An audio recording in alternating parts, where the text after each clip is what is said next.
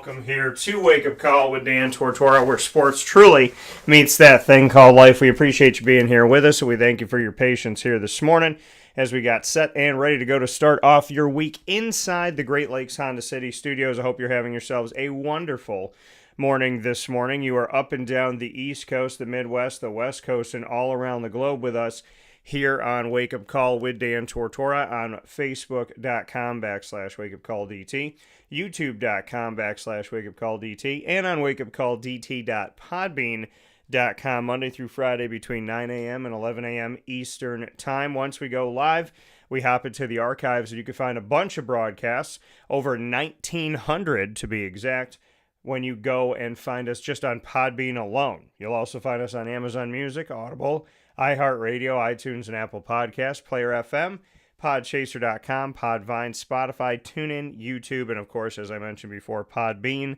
All you have to do is search Wake Up Call with Dan Tortora, or one word, Wake Up Call DT. And inside these Great Lakes Honda City studios, I want to remind you the Great Lakes Honda City is open for sales and service Monday through Saturday.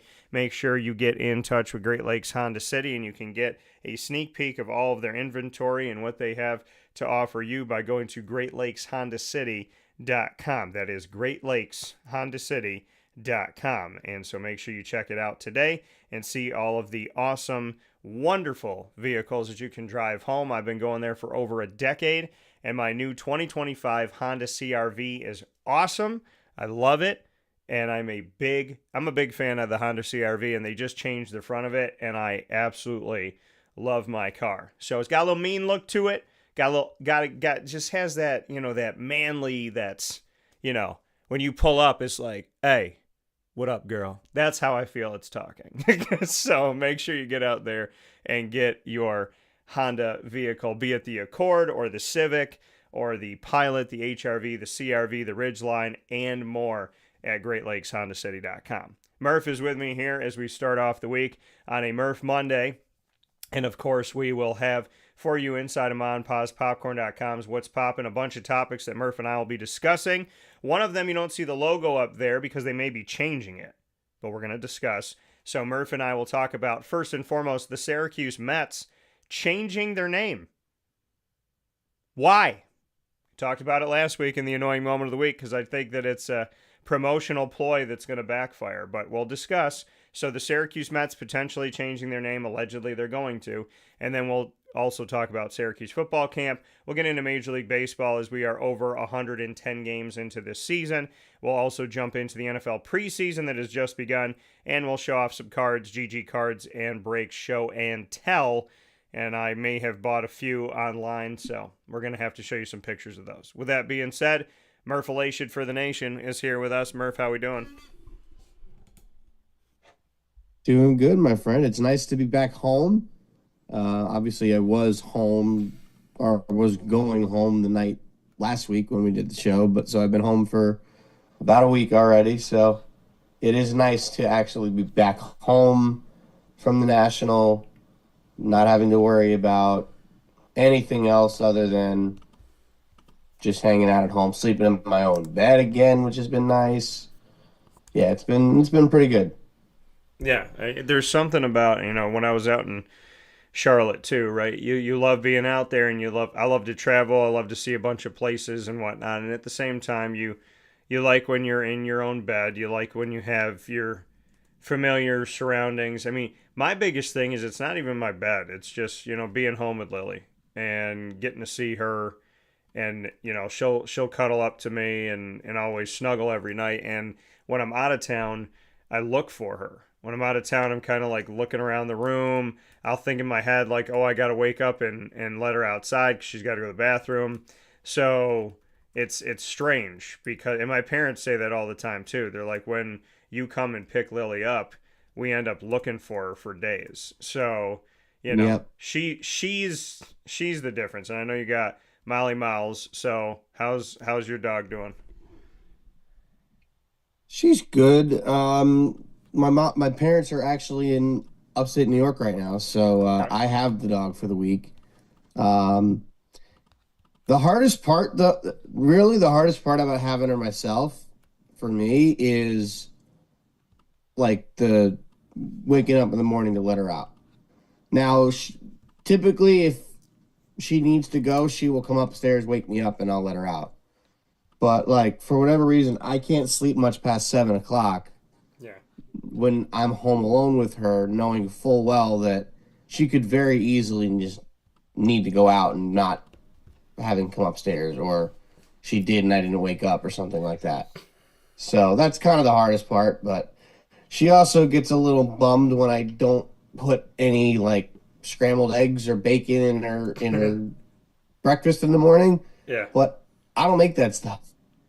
My mom spoils the crap out of this dog. She basically, like, when I'm home alone and I give her just dry kill, she won't eat it. Yeah. She won't eat it unless she's hungry.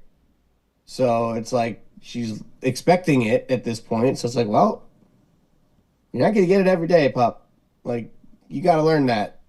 She is just spoiled rotten by my mom. And I keep telling her, like, I told her in the beginning, it's like, give her the kibble. She will eat it. Yeah. If she doesn't like it, she's going to starve. That's not, like, that's her own fault. But, you know, if she's hungry, she'll eat it. Sometimes I'll put, like, cheese on it or in it, and she'll eat it, and she's fine. But, because she gets, like, the kibble with some wet food that we give her at night, and that she eats usually right away.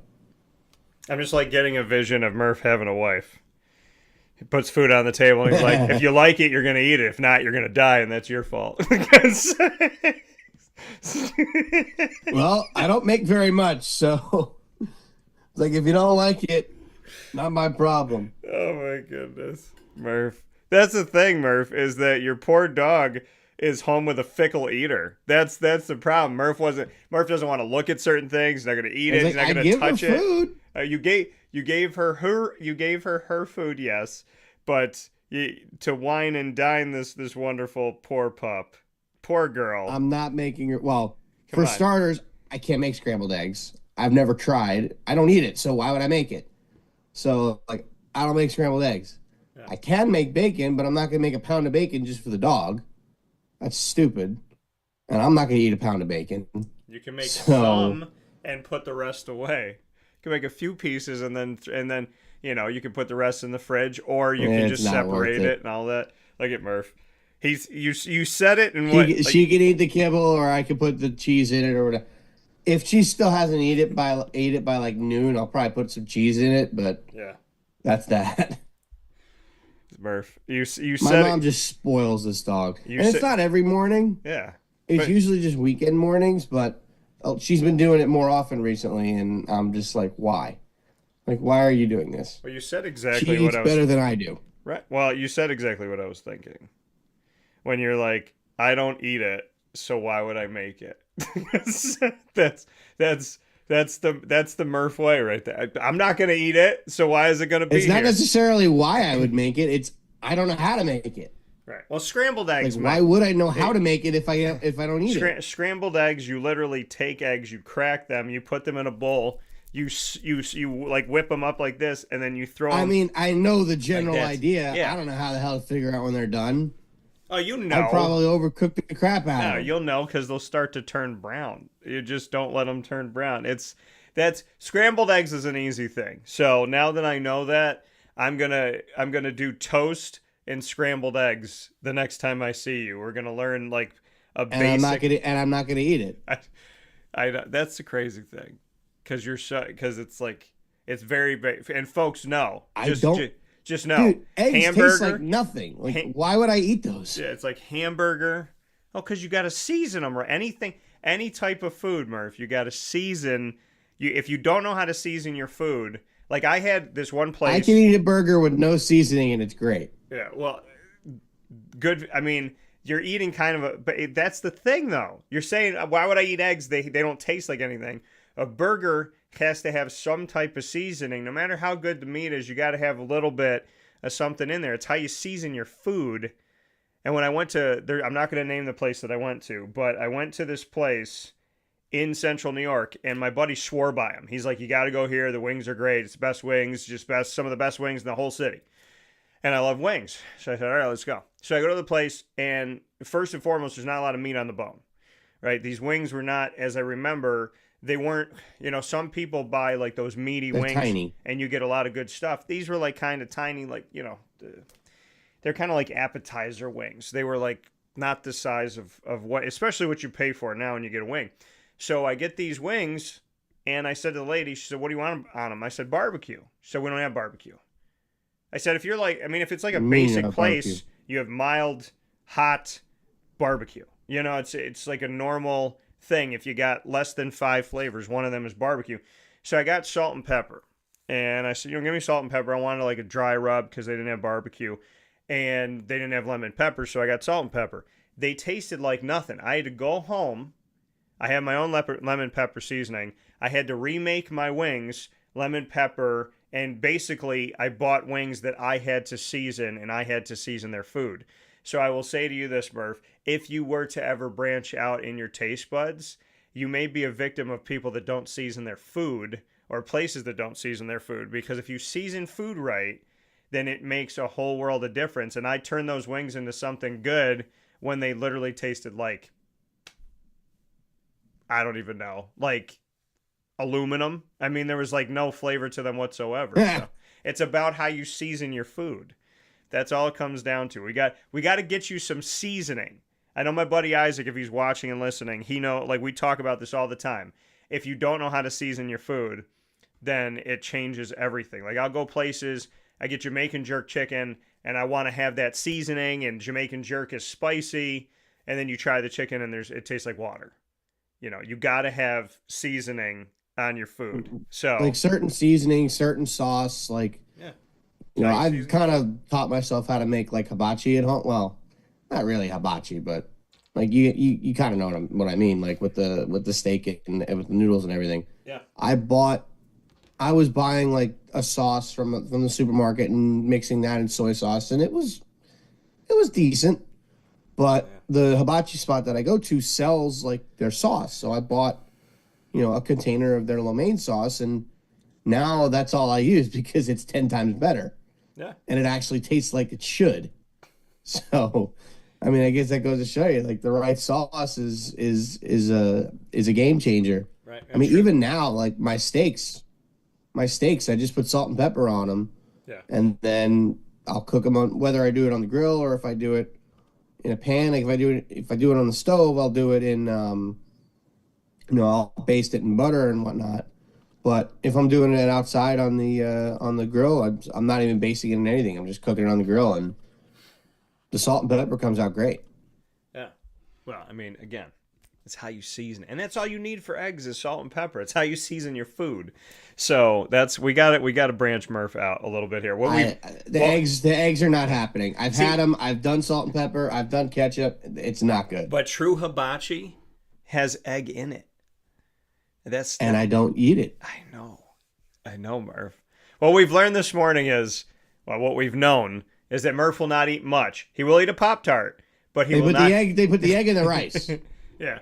So Murph will not eat much. And to his future wife, if he's not eating it, you're not either. So with that being said, here on DT and Murphy this morning, Murph, the Syracuse Mets are looking at changing their name. They've made the decision that they want to become more localized. I don't understand it because orange and blue is also the color of Syracuse University.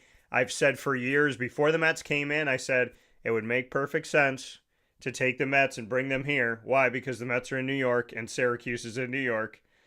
So you have Queens and you have Syracuse. You have orange and blue and you have orange and blue. And you have a fan base that you don't have to beg to get to know this team.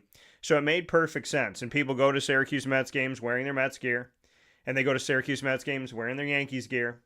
And it feels like Yankees Mets right here in Syracuse, New York. And people having a good time. And you can buy products that have the Mets logo in it. And there's Mets all over. When you drive by the stadium, you see the Mets. When you're walking in, there's a mural for the Mets. But they just came out with the statement that they want the fans to choose a new name. Because they want to change. Now, they're connected to the Mets until 2030, and the first question that I get from people when I say the Syracuse Mets are changing their name is, did they lose the affiliation? So the first reaction is a negative connotation. Did they lose it? If they're not going to be the Mets anymore, is that because the Mets don't want them? Is that because the Mets are getting rid of them? So that first connotation is negative. And then after that, they're like, why would you change it? Now, some people want to. Other people I've talked to don't. I feel like it's more leaning on the side from what I've seen on our social media of don't do it. Or that's stupid. But some people want to have this. I mean, people within the organization want to change the name. So I want to get your thoughts as a Mets fan. A AAA baseball club, one step away from the majors, wants to knowingly and upon their own accord and within their own control, release the name from their team. This is not a Mets, as far as we know, this is not a Mets, we're taking it from you. This is the Syracuse franchise saying, we're giving it back to you, and we're going to do something else. Your thoughts? So we've been down this road before. I mean, we did this with the AA team.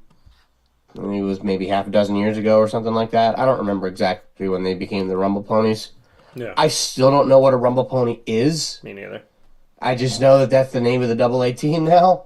I mean, I don't like it, but I get it. I mean, there's not a whole lot of AAA teams that are named after their major league counterparts anymore. A lot of them have changed it. Look at the Scranton Wilkes-Barre Yankees.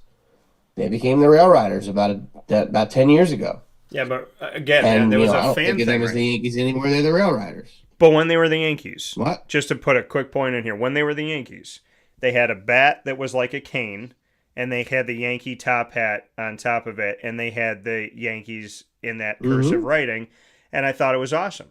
When they put it out to the fans, and correct me if I'm wrong, they chose the name Rail Riders, and they said, all right, fans, we got the Rail Rider name.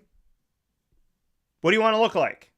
And they were like, a porcupine. And you're like, are you stupid? And so sometimes it doesn't work. Like a rail rider is a train. You know, you got a train conductor, you got a train itself. But when the Rail Rider name came out, this is my thing. If you want the fans to be involved, and listen, I'm not saying that it's not a cool thing to do and a fun thing to do to get people involved, but it's who gets involved. Right, there was a year that American Idol had Sanjaya, and Sanjaya wasn't necessarily a good singer, but there was enough people that hated or were making fun of or didn't care about American Idol that they voted for Sanjaya, who literally knocked people out just to show that it doesn't matter if you're voting for the right thing or if you're voting with honesty or if you're voting because you care. They were voting, it looked like, to mess up American Idol. It looked like they were voting against it. So, yeah, I mean, it's all great to create a name and a logo if you have the right people behind it or people that care. Or there could be people that just think it's a joke. When you go to the fans and you say, what do you want your name to be? And they choose Rail Rider. Then at that point, when you say, okay, then who's our mascot? You have a creative team, or you should have a creative team, or somebody there that says, the fans have chosen Rail Rider, so now we're going to put together a logo that has to do with a train. But they said, no, fans, we got the name, now you choose the mascot, and they chose a porcupine, which is like Sanjaya on American Idol. It was almost like, who chose this? Was it a kid? Was it someone who's 4 years old going, I like porcupines? Was it somebody that was being an idiot? See, that's where we get lost in the shuffle. It was that. Right. Somebody being an idiot. So you end up having a porcupine connected to a Rail Rider name, which makes no friggin' sense. So my whole thing is, if you are going to put this out to people and you choose the name, I don't feel like they should choose the logo. I don't know who the hell chose Stud Muffin before they were the Binghamton Rumble Ponies, but that logo was strange. The name was ridiculous, and there's not a single person that I've told that hasn't shook their head and gone, that wasn't real. I'm like, bro, it was.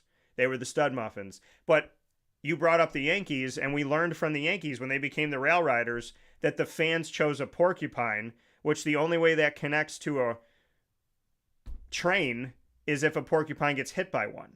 So this is a dangerous road. I don't know what they're going to pick. Yeah. I don't know what the fans are going to pick to be the new name of the Syracuse Mets. I hope it's not something stupid. I mean, the one that rolls off the tongue good and makes sense is the Chiefs, because they have been the Syracuse Chiefs in the past. But I don't know if that's going to go over too well in America these days. Although there is a massive petition to get the Washington Commanders to change their name back to the Redskins and the Guardians to change their name back to the Indians, which I believe in both cases they should. But that's a conversation for another day. But I also thought the Mets bought the Syracuse Mets. Yeah, Like, they own they the have actual team, yeah. so So like they won't be. it's not like team. It used to be a family owned in this community, Tech Simone, and then the Mets took them over. So then you think, okay, the Mets are making them change the name, but the article that was written was, hey, we want to be more localized. Now that be a spin? Could the Mets have contacted Syracuse and said you can't be the Mets anymore? Yeah, you may not necessarily know that, but the way that it was put out in public was, we want to be more local, we want to connect to the community, we want to have a community name. And the Chiefs used to be, but then there was the upheaval of you can't be named a chief, and it was literally a white face. It was a white face, no expression. It was just It was literally an outline of a white chief head with like just the face sideways, and then it had like the dress behind it, and that was it. There was nothing red on it. There was nothing, like, you know how some people don't like red skin, or like the Cleveland Indians red face. There was none of that. Yeah, their colors were Right. white and light blue. Yeah. And so the Syracuse Chiefs, when we changed that name, was beyond me, because it didn't make any sense to me why you would get rid of that, and who it was offending and how it was offensive. And I mean, it was such a part of our the history. State of New York. Right. But and then they became the Sky Chiefs. So they could keep Chief, but they put Sky Chief, and then it had nothing to do with a Native American. It was an angry looking bat, which was by far, in my opinion, one of the dumbest logos that I've ever seen in my life, which is why when they went from the Chiefs to the Sky Chiefs, they kind of lost me. And then they became the Mets, and in the last few years, I'm more apt to go to the game. I'm more apt to be there. I have certainly bought more merchandise. I've shown up more. And thank you, Jerry, for saying silhouette. I was trying to come up with the word of the outline of the face. But I am so much more connected to the team now that they're the Syracuse Mets. I feel more ingrained with them. I feel closer to the New York Mets. I feel all good things from this. I feel closer to the Mets. I want to go to more games. I want to buy more merchandise. I want to pay more attention. And what I think they're going to become is something that they did a few years ago, which got a lot of people excited. We're known as the Salt City, which is perfect for Murph talking about seasoning his food. And we're known as the Salt City. We make great salt potatoes. And they became the Syracuse Salt Potatoes for a little while. And even my dad got up and went down to the stadium, and he's like, I'm going to buy a hat. You know, they said that they got some on sale and this and that, and people were buying this stuff up. And it was a salt potato on the hat, smiling, with like a hat on itself and whatever, and had a little butter on it. So I feel like they're going to become the Syracuse Salt Potatoes. That's what I think they're going to do. That's worse than the Rumble Ponies. But it's what sold. Again, There's no way. It's a promotional play. There's no way. But this is why I feel like it's a promotional play. If they do actually change their name to the Salt Potatoes. Yeah. Oh my gosh. So I came up with some names because of all the traffic and construction. So these are the names I came up with. Now I came up with a bunch of other names that I found very comedic, but these are the ones that I also have come up with and the ones I'm willing to share this morning. The Syracuse Construction, the Syracuse Kiglies, which is a donut that a lot of people don't understand outside of here. Because of our weather and our air, the Syracuse Smog recently, the Syracuse Roadblocks, the Syracuse Bridge Breakers, since people always hit the bridge right by the stadium, or the Syracuse Caution Cones so that they can stay orange. Those are the names I've come up with. Roadblockers isn't bad. Yeah. But Roadblockers isn't bad. I'm going to show you one because I had Bridge Breaker, which is along the same lines of the fact of people always hit our bridge. Now, the bridge will say to you over and over and over again that it's 10 foot 9 inches.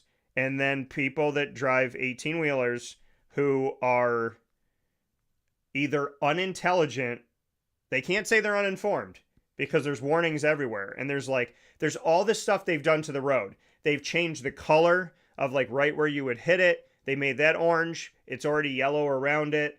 They now have a thing where you have to merge. There's now these like posts that are in the ground, and there's a electric sign. There's a sign above it, but these people still think they can make it. Apparently, the most recent truck that hit it was like 13 feet, even though it says 10 feet 9 inches. So somebody came up with this logo, and I absolutely love it because it goes with my bridge breaker thing. The Syracuse Low Bridges. And I think that one's awesome. I think somebody sent in another one. Okay, so we got the Salt City Raiders, which is so we would become a pirate, and that would go to the Salt City. And then the Syracuse Salty Dogs. That was the name of our baseball team, or our soccer team, that also used the field. To be honest with you, and the Salty Dog was out of all the names, we've said, that one sounds the best. Well, the Salty Dog was actually, so this person's got a pirate, but the Salty Dog was actually, and I liked it. It was an outdoor soccer semi-pro team we had for 2 years, and they used the same stadium as the baseball team. But the Salty Dogs, it was a white dog with a pirate eye patch. And I thought it was really cool. Now, if we were the Salty Dogs and we went to that and we did the eye patch, I could get behind that. I can get behind that, right? But I like being the Syracuse Mets because I feel like it's going to sell more merchandise than anything else, and it connects. To me, it's like there were Mets fans in the city that maybe weren't coming to the games. There were Yankees fans that weren't coming to the games. And now that you're the Syracuse Mets, these people come to the games. So Jerry said Commanders is a name that should be for a Division III junior college flag football team. I agree with you, Jer. I agree. I think the Commanders is stupid. I think if Washington changed their name, they should have been called the Bailouts, and they should have had money on their helmet. But, the Redskin name and the logo and everything that's been, I don't necessarily feel like the fans were the ones that changed that name. I think society is what changed that name and considers it a win.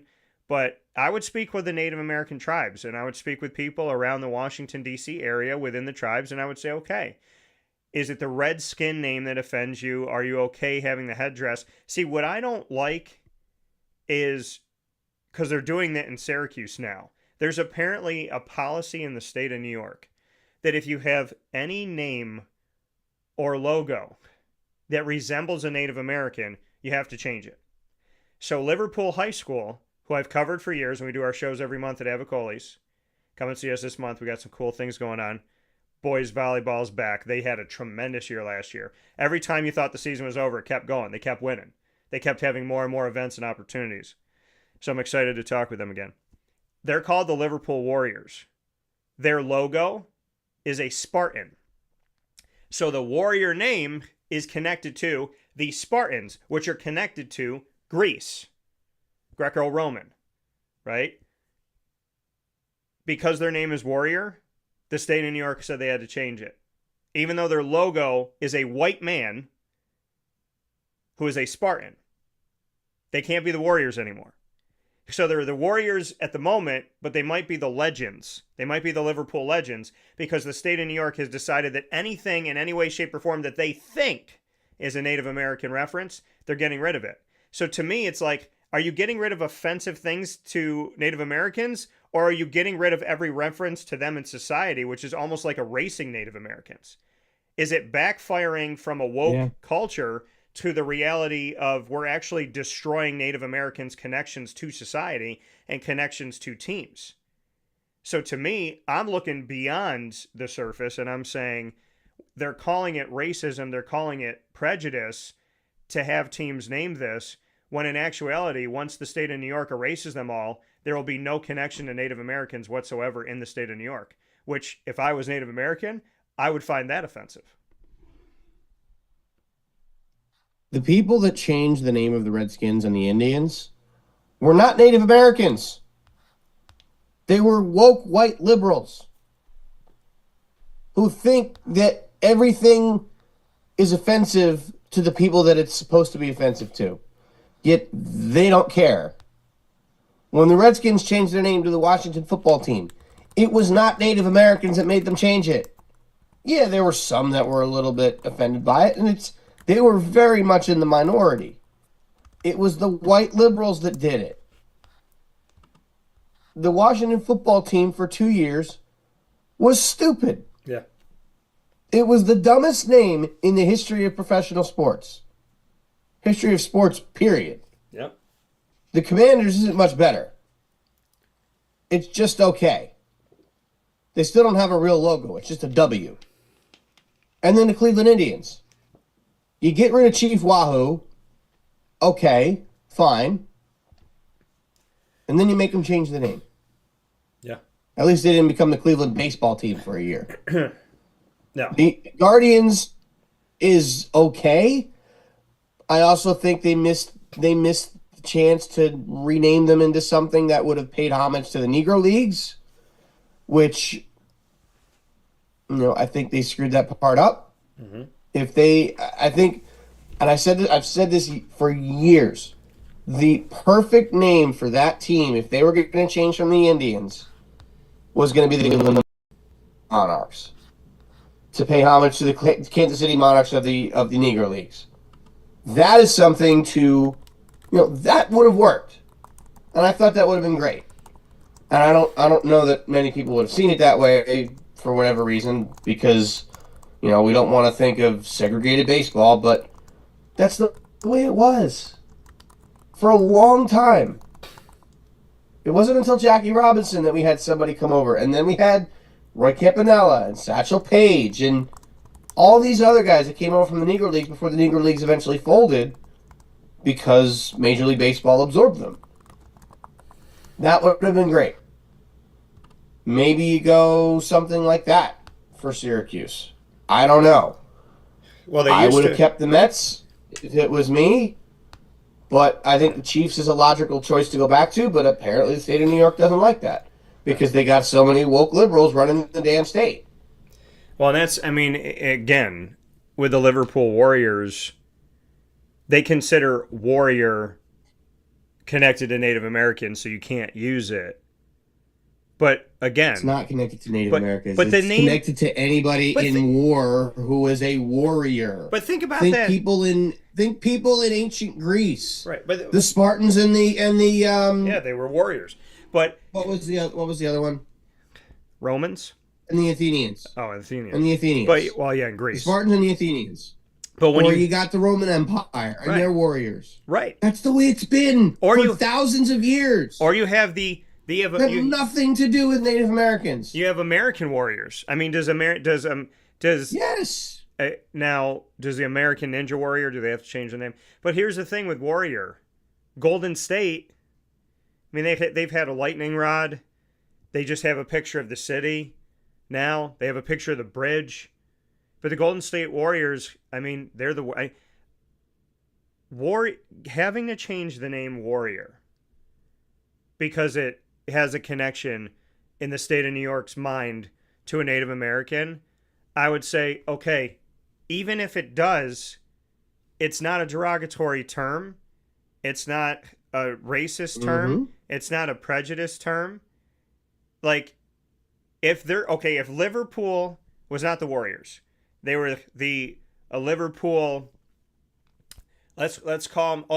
Let's say they were the Liverpool Warriors, but let's say that it was like the Liverpool Warriors, but it was in Italian colors. It was green, red, and white, and it paid homage to Italian culture.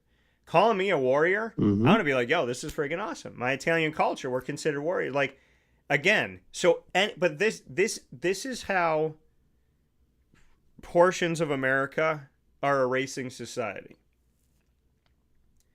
When you say warrior is offensive and you delete it from history, so what if I have a team and we're called the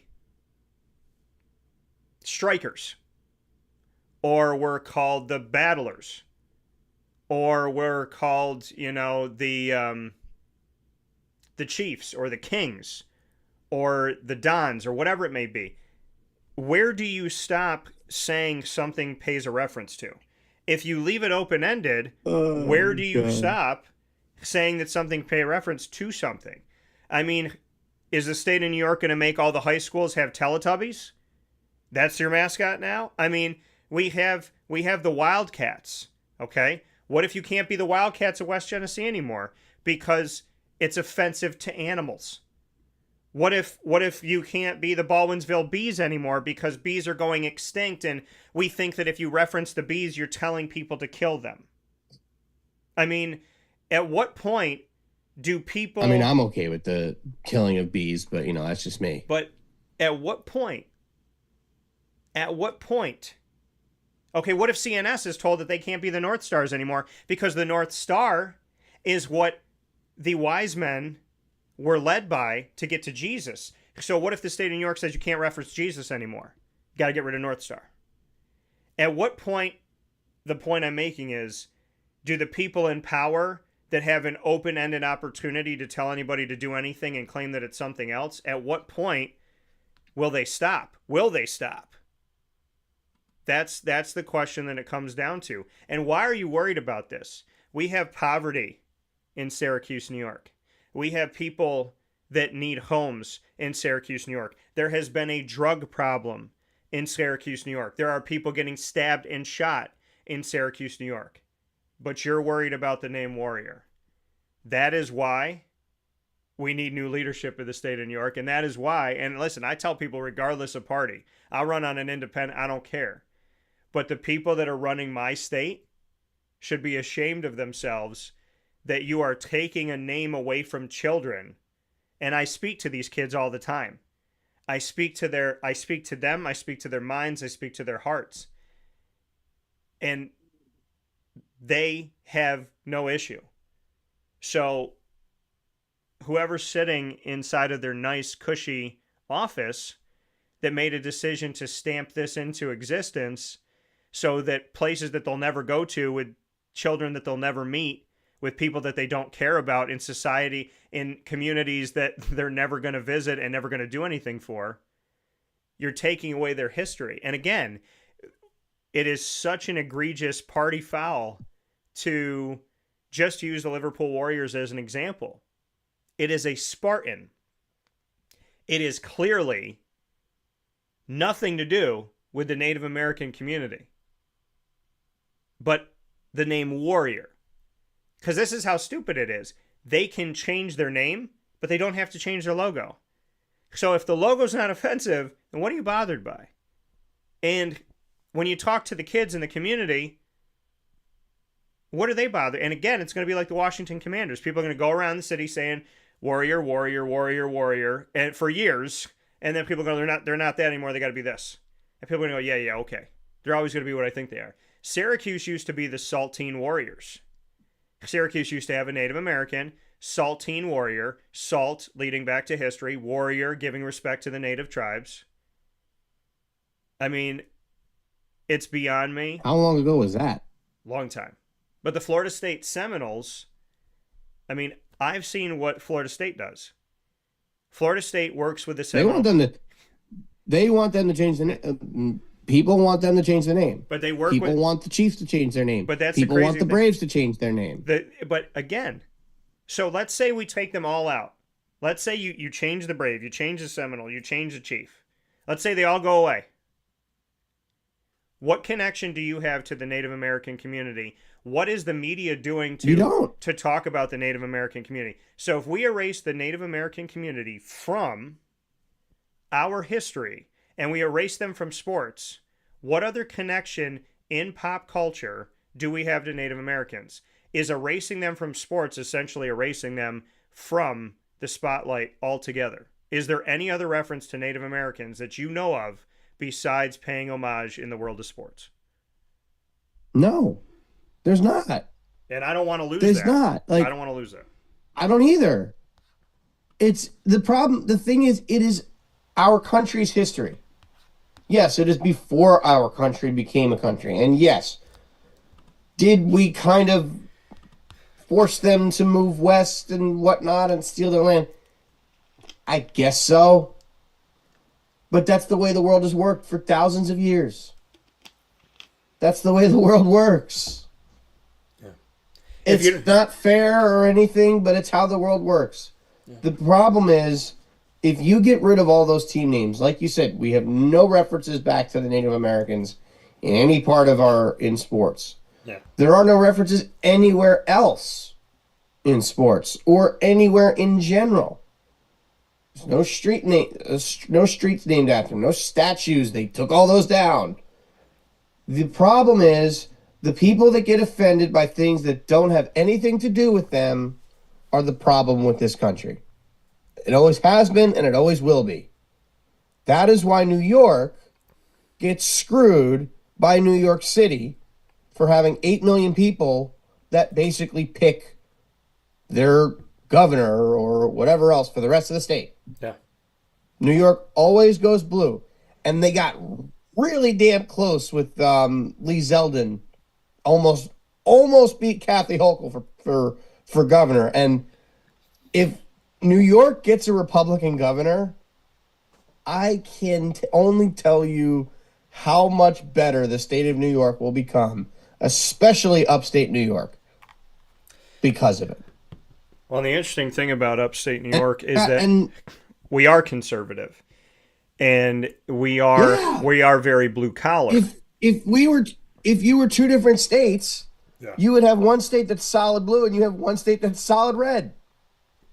Well, and it's New York City voting for everybody else. Well, and that's the thing with a lot of New Yorkers, right? In upstate New York is they don't feel like they should vote because they don't get the point, because you're canceled out. You know, we wanted Rick Lazio, arguably, to be a senator, and Hillary Clinton, who didn't visit us at all unless she came to the fair, she became the senator because she went to one event in New York City. And when she went to that event that Rick Lazio didn't go to, that was it. And so, you know, I mean, to me, and people know this on the show, I'm not here Democrat, Republican, and I'm not here, you know, to tell you to choose a side.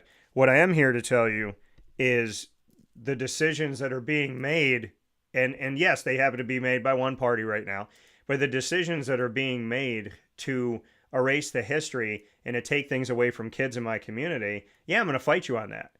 The fact that allegedly there's people that are running New York that didn't think that it was going to be a problem to make every highway in Syracuse under construction at the same time, yeah, I have a problem with you. The fact that we might be dealing with this for 8 years, 10 years, 12 years, yeah, I got a problem with you. I do. You ripped apart my city. You disrespected it. And the fact that these politicians, if and when they visit Syracuse, I don't know about it. I don't see it. You know, upstate New York doesn't have representation right now. And the representation, the little that we do have, is drowned out. And it's not fair. And it frustrates me because there's people in our community that I haven't heard one person that wanted to change the Liverpool Warrior name. Because it's happening outside of our community. It's happening from somebody else who's making a decision, who's probably never been in the high school, never been to the community, never coming here, never doing anything with us, never meeting these kids, because it's just a decision from an ivory tower. And it's frustrating that we're living in a place right now where we are seeking to erase history. And just so people understand something, if you really are adamant about not supporting one group of people being taken over by another group of people, and you don't want to live where that happened, you're going to have to live on the moon. Because literally every place that has people in it more than likely had someone come there and take something from somebody. You look at the state of Florida. The state of Florida was run by France, run by Spain, run by, became a part of America. Like, if you just look into the history of Florida, it was an owned commodity of different countries. If you look at so many, I mean, you look at what the United Kingdom, what the United Kingdom, what they owned, what they took over historically. Claimed, I guess, They were would on all be. these different continents. So the reality of it all is, if you really have a problem with the warrior name or the chief name or the brave name, and it's because of what happened historically and because people got taken over and forced from their land, then I need you to sell your house today and I need you to go live on the moon. Because logic is Or going in to, Antarctica. That's yeah, probably the next place that you can go. right. But the logic is going to beat out all of this stuff.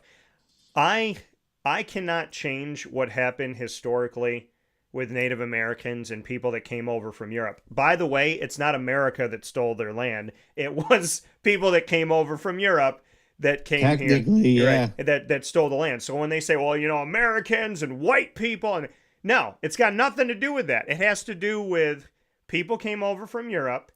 They came here. Native Americans were here. Now, historically, based on the research that I did when I sat on an immigration panel, there was nobody living in what is today's America. There was no one that was actually physically born here. The Native Americans are the first people that got here. And when they got here, they claimed the land. When they claimed the land, it was taken from them, right? But you could say that about Europe. You can say that about Russia. You could say that about Africa. You can continue to say... You can say that about anywhere. Right, because land was taken from people. So I cannot change history. I cannot go back in time, and I cannot get rid of slavery, which I would love to. I can't get rid of a time where women couldn't vote, which I would love to. I can't get rid of a time where somebody didn't have something stolen from them, taken from them, where there wasn't bloodshed. The Civil War, you had brother against brother, sister against sister, cousin against cousin. I don't like that, but I can't change that. But what I can do now is I can live a good life, be a good person, and seek to help people, which I've always done. I don't care what you are or what you aren't. It's the type of human being you've chosen to be. And so if you see me not like someone, it's got nothing to do with what color they are, what background they are, what nationality they are, how much money they have. If I am not fond of you, it's because you have done something immoral that I refuse to do. I don't like cheaters. I don't like liars. I don't like plagiarists. I don't like people that are hateful, are racist, prejudiced, sexist. I'm not a fan of those people. So if you present yourself to me, like, perfect example, I had a friend, through a friend, he was more of an acquaintance, and he's racist. And he made the decision in front of me to say the N-word 3 different times. The first time he said it, I was stunned. The second time he said it, I was like, okay, yeah, we can't be doing that. The third time, I said, not only did you say it toward one of my friends, not only did you say it in a way that makes me feel like you faked what your interaction was like with him, and so not only did you say the word, but you fabricated your entire conversation with this man. You made him feel safe in a place that he's not. We haven't spoken. Outside of seeing him in an event and him saying, I don't see you anymore, we don't speak because I don't play in that world. So I don't have to come on and vote against this and vote against that and make a statement this and make a statement that to prove that I'm not. When you're not a racist, when you're not prejudiced, when you're not sexist, when you're not hateful, you don't have to prove it. You just live. Yeah, I tell people all the time, living in the world of sports, I meet so many people. There are thousands upon thousands of numbers in my phone. If I had any type of hateful bone in my body, somebody would have figured it out by now. Because I'm surrounded by people that don't look like me and sound like me. Because I live in a world where sports is a place where anybody can play. It's one of the only places that has equality for the most part. Because if you're Native American and you're a good offensive lineman, come play.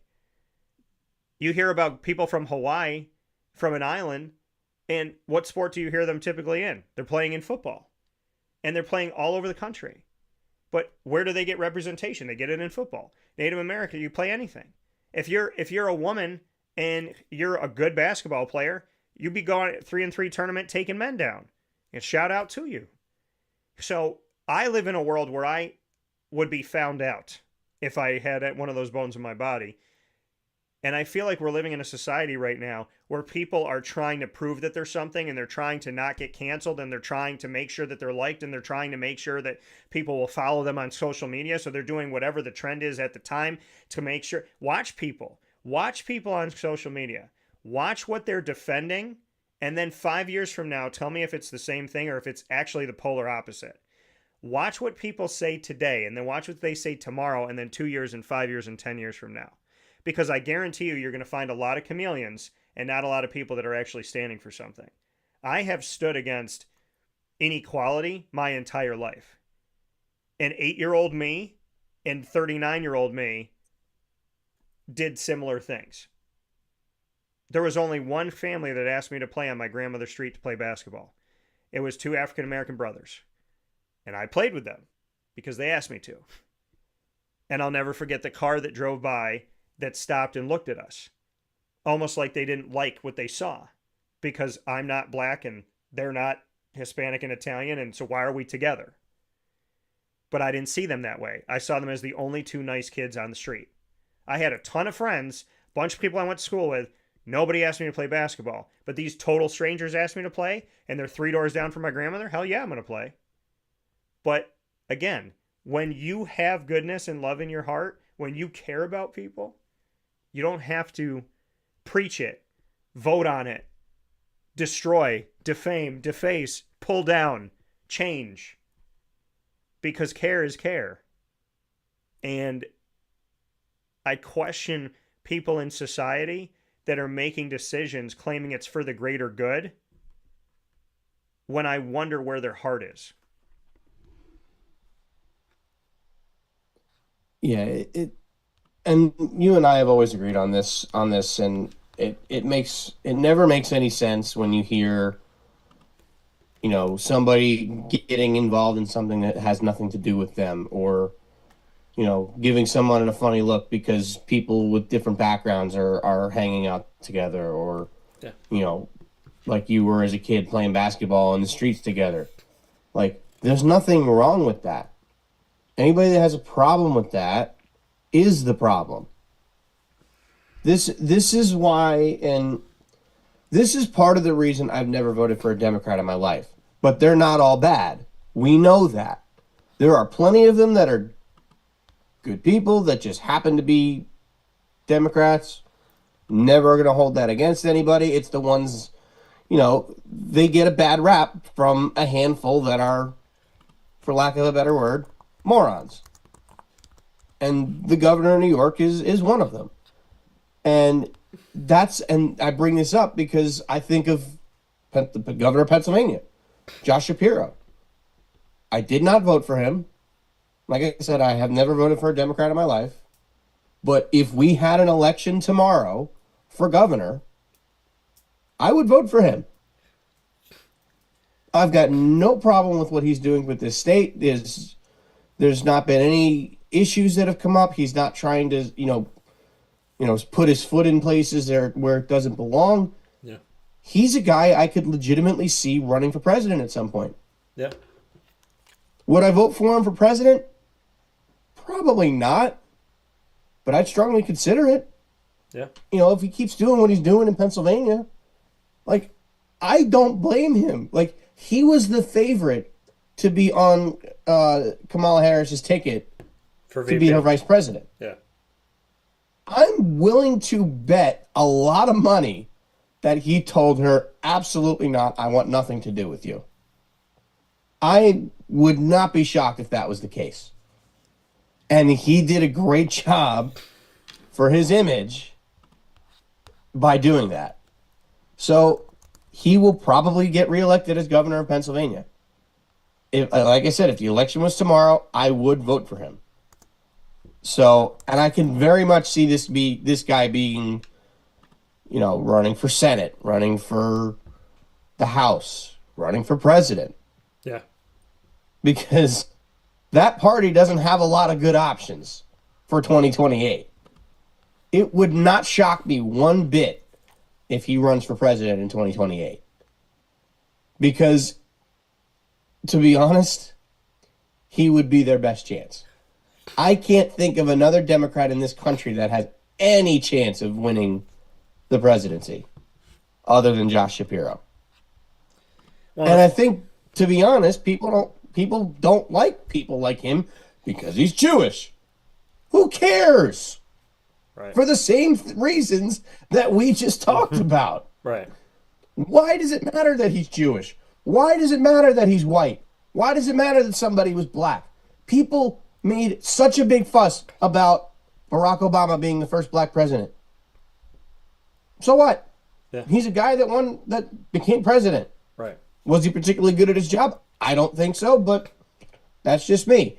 People made this big fuss about Hillary Clinton being the first woman to be on a major party ticket for president. Doesn't matter. She was the candidate that won. Should she have been the primary candidate in that situation? No, because Bernie Sanders won that primary. And you will not change my mind on that. So that's a big one there. So for me, I look at all these things where they made Kamala Harris the first black woman to be nominated for president, first woman vice president. I don't think that matters all that much. If you're qualified, you're going to get the job, but it doesn't seem like that these days. Yeah. Joe Biden put somebody on the Supreme Court that had no business being on the Supreme Court. Don't get me wrong, she's probably a decent judge, but look at her qualifications versus whoever else could have been on there. He made it known that he was going to choose a black woman to be on the Supreme Court. He made it known that he was going to choose a black woman to be his vice president. Now, was it him? Was it somebody else high and mighty? I don't know. Yeah. But why does that matter? It shouldn't. Why does it matter that you need to put a black woman to do these jobs?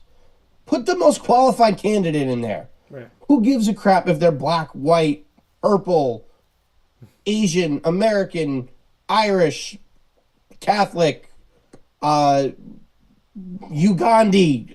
whatever. Yeah. It doesn't matter. If you are the most qualified person for the job, you should get the job. That is the reason why affirmative action needs to go. And I've said that for years. Well, the thing is It should never be. Martin Luther King Jr. is probably rolling over in his grave right now. He didn't fight for what he fought for African Americans to make them be, viewed more favorably. He wanted people to be viewed equally. Yeah. And that's the way it should be. Well, he said content of your character. He wanted his kids to see in a world. I don't know if I'm going to get the quote exactly correct, but to see a world in which people are judged not by the color of their skin, but by the content of their character. Right. That is the way it should be. 100%. But now, with affirmative action, they are judging people by the color of their skin or their ethnicity. They have spots saved for black people, for Asian people. That should not be the case.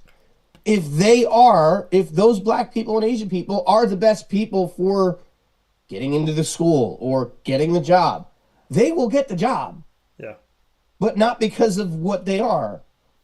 Not because they're Asian, not because they're black, because they're the best person for the job. Well, or the best person to take into the school, or whatever the case may be. Or the best person to get the scholarship. Right. I mean, the thing is, affirmative action, in my opinion, came into existence because there wasn't representation, there was disrespect, and there was a closed door. So it didn't matter if you were talented. If you were black, it didn't matter if you were talented. If you were the best person for the job, it didn't matter if you were a woman, hey, then you can't get in. If you're black, then you can't get in. If you're Asian, then you can't get in. If you're Hispanic, then you can't get in. So affirmative action said, okay, you know what? We have talented people of all different races, ethnicities, colors, religions, whatever. Regardless of whatever you see when you look at them in the face, get to know them as people. And I agree with that. But what it's become is it's been morphed. Like you said, Martin Luther King rolling in his grave. He said, I don't want to be known for the color of my skin. I want to be known for the content of my character. He wanted a door to be opened. But Do you think, I mean, people that think that Martin Luther King Jr. would be happy if they're like, hey, you're going to run for president. Why? Because you're black and we need a black guy. He wouldn't like that. I wouldn't like hearing that, right? And it's not even color. It's like who's attractive and like if you found out, like if I had a business come to me and say, we're going to partner with you and we're going to support your show because the owner is sexually attracted to you. Okay? She thinks you're hot. Yeah. And she wants to work with you. Okay? That to me is disrespectful to me. And I would turn it down because I don't want that. I don't want you to work with me because of what I look like. I want you to work with me because of who I am, what I stand for. So if I got hit by a bus tomorrow and I lived, you're not going to work with me anymore? You know what I mean? So, or let's say a bunch of, oh, I want to work with you, Danny, because you're Italian. And I like Italians, and Italians work hard. Okay, how about you just see what I do and you see how I do it? I'm proud to be Italian. I'm proud to be Hispanic. But I don't want you to choose that to be your determinant. I want you to know, Dan, there was something that was done with us, and I've been very adamant about this. When Dino Babers became the head coach of Syracuse, he was the first ever African-American head coach of the football team. And the way that Syracuse put him out there in society, if I was Dino, I would have gone to them and said, did you hire me because I'm Dino or did you hire me because I'm black? Because it was just like, it was a lot, and they did nothing for Scott Schaefer. And Scott was there for 3 years, and Scott happens to be white. And Scott like would do anything for the school. And Scott ingrained himself in it. And Dino was different than Scott. And I have a good relationship with both of them. They're totally different people. And so the way that they went about how they promoted it, it was like, it wasn't even like it was Syracuse football. It was Dino's football team. Dino's football. And I'm like, would they have done that if it was not? And I went to one of my buddies. I was like, it's gotten to be so much that even if I was Dino, I'd be uncomfortable. And, you know, have I hired men and women? Yes. Have I hired different colors? Yes. But why? I hired Imani not because she's a woman and not because she happens to be black in color. I hired Imani because I've known her since she was 12. She is a fantastic human being. She has a strong faith in God, and I don't know if anybody's going to work harder than her. And she was someone I wanted to see succeed, and I will always want to see succeed because she has all the talent in the world inside of her. She was just timid, and I wanted to get her out of that shell. Why did I hire JT? Because he works hard. Because he was willing to go the distance with me that other people would not be willing to go, including literally going the distance, being on the road with me and coming to events with me where I was always doing things by myself. And for one time, I had somebody else to take pictures and be a part of it and be other eyes for me. Why did I hire Zach? Because I believe in him, because he works hard, because he's somebody that you could tell him to do anything and he was going to put himself out there, and he has a strong brain. He has a strong mind and a strong will. There's somebody I'm looking to hire right now. It's not because she's a woman. It's not because of her choices in her life and the way that she lives her life. It's because of the human being she is. If you ask me why I hired every person that I've ever hired or decided to work with, it has nothing to do with sexual orientation, gender, race, ethnicity, religion. I mean, I like when people have a strong faith in God. That tells me a lot about them. But if I had somebody come to me and they're Muslim and they have all of the wonderful qualities of being a good human and working hard and caring about people, you're hired. Like, I don't have that bone in my body to turn somebody away because they're this, that, or the other. But in the same vein, people don't view this as racism, and it is. I'm not going to hire you because if I'm not going to keep you from the job because of your race, gender, ethnicity, religion, I'm not going to give you the job because of your race, gender, ethnicity. To me, I consider that racism too.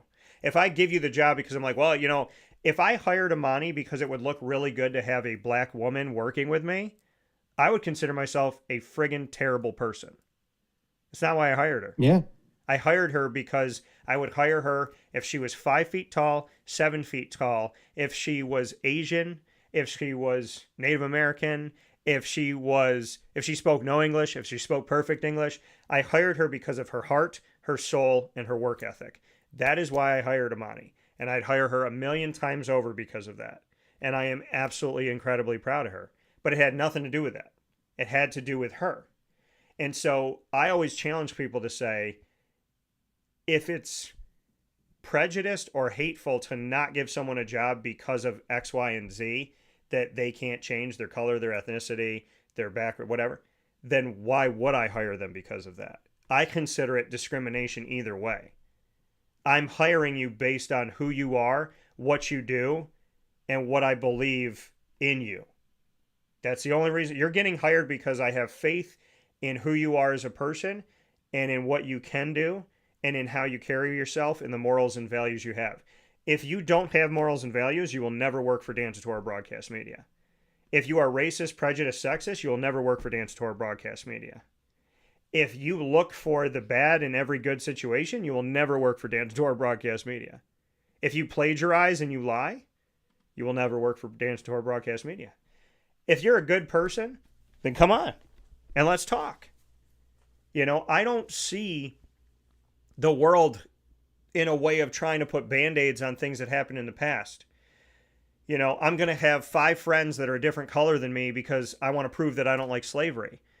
No, I'm going to have friends because these are the people that I love. Mm-hmm. Now, if I was closed-minded, I wouldn't have friends that are gay, straight, black, white, whatever. I wouldn't if I was closed-minded. But being an open-minded person, that's not why they're my friends. I'm not friends with the people that I have because of their color. I would find that humiliating and horrifying to tell to somebody. You know, well, I had a chance of having one new friend in my life, and there was 3 people, and I chose you because you don't look like anybody else, and I need to have a good rainbow around me. Like, that to me would be such a disrespectful thing to do. You know, some people might look at my show, Tortora and Alfred, and say, that's so great. You guys are 2 different colors, 2 different backgrounds. It's great to see on camera. That's not why I chose Isaac. I chose him because he's a good man. And knowing the type of human being he is, if someone chose him because of his skin color, I feel like he would probably turn the job down. And I just want people to be open-minded, which is very different than having people try to live their life like they're trying to fill a bingo board. And I feel like we're living in America right now that is trying to fill up a bingo board more than they're trying to actually be hospitable toward people that are different than them. Because if we were so good to people that are different than us and society was all about it, and we've like upped the ante on being good to other people that don't look like us, then I think society would be better right now. But what I think American society really is a lot of fake people on social media that don't act that way in real life. And unless we start acting like the way we claim to be, this world's not going to be a better place. You have to start being open-minded in real life, not just following trends on social media. Trends on social media change every day. And chameleons, in my opinion, are nobody's friend. So, I mean, I guess that would be my overall thought about it, Murph, is that we need to start thinking about why we're making decisions and who it's affecting. And are we making a decision because we think it'll make us look good right now for the current state of society? Or are we making a decision for the betterment of mankind and changing a logo or a name that has to do with ancient Greece in central New York and pays respect to people that were warriors on the battlefield? I'm not going to get behind you changing that name. And I'm not going to spit on those kids because you think you're doing something good to get votes in the next election. That's just not the person I am. I mean, the issue is they're not going to get votes for that. They'll probably lose votes for that. But, you know, you're right, and you brought the whole thing home, and it comes back to the one constant that we've been talking about for an hour, and it makes perfect sense to us, apparently not to them, that why would you change these names because some random white person is offended by it? And then they don't even have any Native American background or ancient Greek background or whatever. why, like I said, it all comes back. It all comes back around. We talked about with with the teams and how people get offended by it. We talked about with what affirmative action has become and why people are now being judged by the color of their skin or by their ethnicity. Like I said, Martin Luther King Jr. is probably rolling around in his grave right now. And he is probably not very happy with what he sees going on in the world right now. Yeah. So, it's a shame because of everything that he fought for, everything that he stood for. It's done, and it's basically gone. All because some people get offended by something that has nothing to do with them. They get offended by a logo that is literally a Spartan. It is a Greek. It is a Greek logo. Yeah. Ancient Greece. Yeah. My high school was the Spartans. Yeah. That was our name. That was our logo. Yeah. Liverpool Warriors, if they're the Warriors with a Spartan logo, well, for one thing, you could always just change the name to the Spartans. Right. But if they had a problem with it. But still, why is this a problem? Why are, another one. They tried to basically ban the chop thing that the Braves do, that the Florida State Seminoles do. God, I hate both of those teams. But at the same time, I love that their fans are still doing it with their hands. Yeah, and the Chiefs don't have the accessory anymore. Right. I love it. The Chiefs do it too. Yeah. I think it's awesome. Well, and who's brought I hate it as an opposing team's fan. Right. But the fact that they're still doing it even when they've been told not to is great. But the thing is who's complaining about the Kansas City Chiefs? They've won multiple Super Bowls, and I've never heard one person. I have not spoken to one person of any of the Super Bowls the Chiefs have won with Pat Mahomes and Andy Reid. I have not heard any one person in all of the years that they've won that has said, change the name, get rid of the Tomahawk Chalk. I've not heard one person say that. So when the media, keep in mind, folks, the media can fabricate a story that no one believes in. They can tell you today that millions of people think this way. Remember when they say politicians need to be fact-checked? So does the media. Because they'll say a politician will come up and... it should not be that way. A politician will quote numbers. And they're like, well, that's not true. Well, the media Look at the debate. The media Look can at tell what you this Kamala morning, Harris said in the debate. But the media... There's not a single person fighting in an active war zone. Have you seen the meme of that? Yeah. The guys in Afghanistan, they said, then where are we? And where the hell are we right now? Right. So, but again... It was fact-checked in real time. When the media tells you that the Kansas City Chiefs have a giant contingent that want to change their name, broadcaster of 20 plus years, traveling the country, never once have I heard anyone talk about changing the Chiefs' name, getting rid of the Tomahawk Chalk, or being disrespectful to Native Americans. Not a single moment in my entire career have I heard it when they were bad, good, or in between. So once again, the media could literally be sitting there and the powers that be could say, you know what, we got a lot of power here at this broadcast network.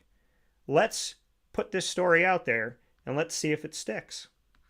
Because the true story is who came up with it, why, and what are they seeking to do?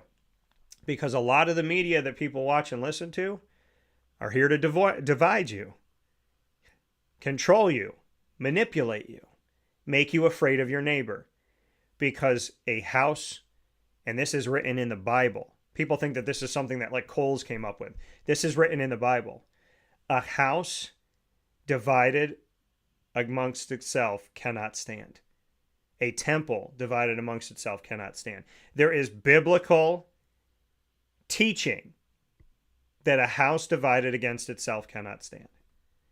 So just keep in mind, folks, you might hear the offense. Again, you heard for years how offensive it was to be the Washington Redskins. But have you personally spoken to someone that was screaming, ranting, raving, crying over the hate that they felt. I have never had a conversation with a Washington Redskin fan of the NFL, or random stranger that has ever had in the words within the conversation, I think we have to change the name. I'm hurt by it. And I know people in the Native American community. I've never heard them say a word about the Seminole, the Chief, the Brave, or the Redskins. Once again, ask yourself where the information's coming from, and ask yourself if it's true. We'll take a step aside for a fast break. We'll come back, and Murph and I got plenty to talk about right after this.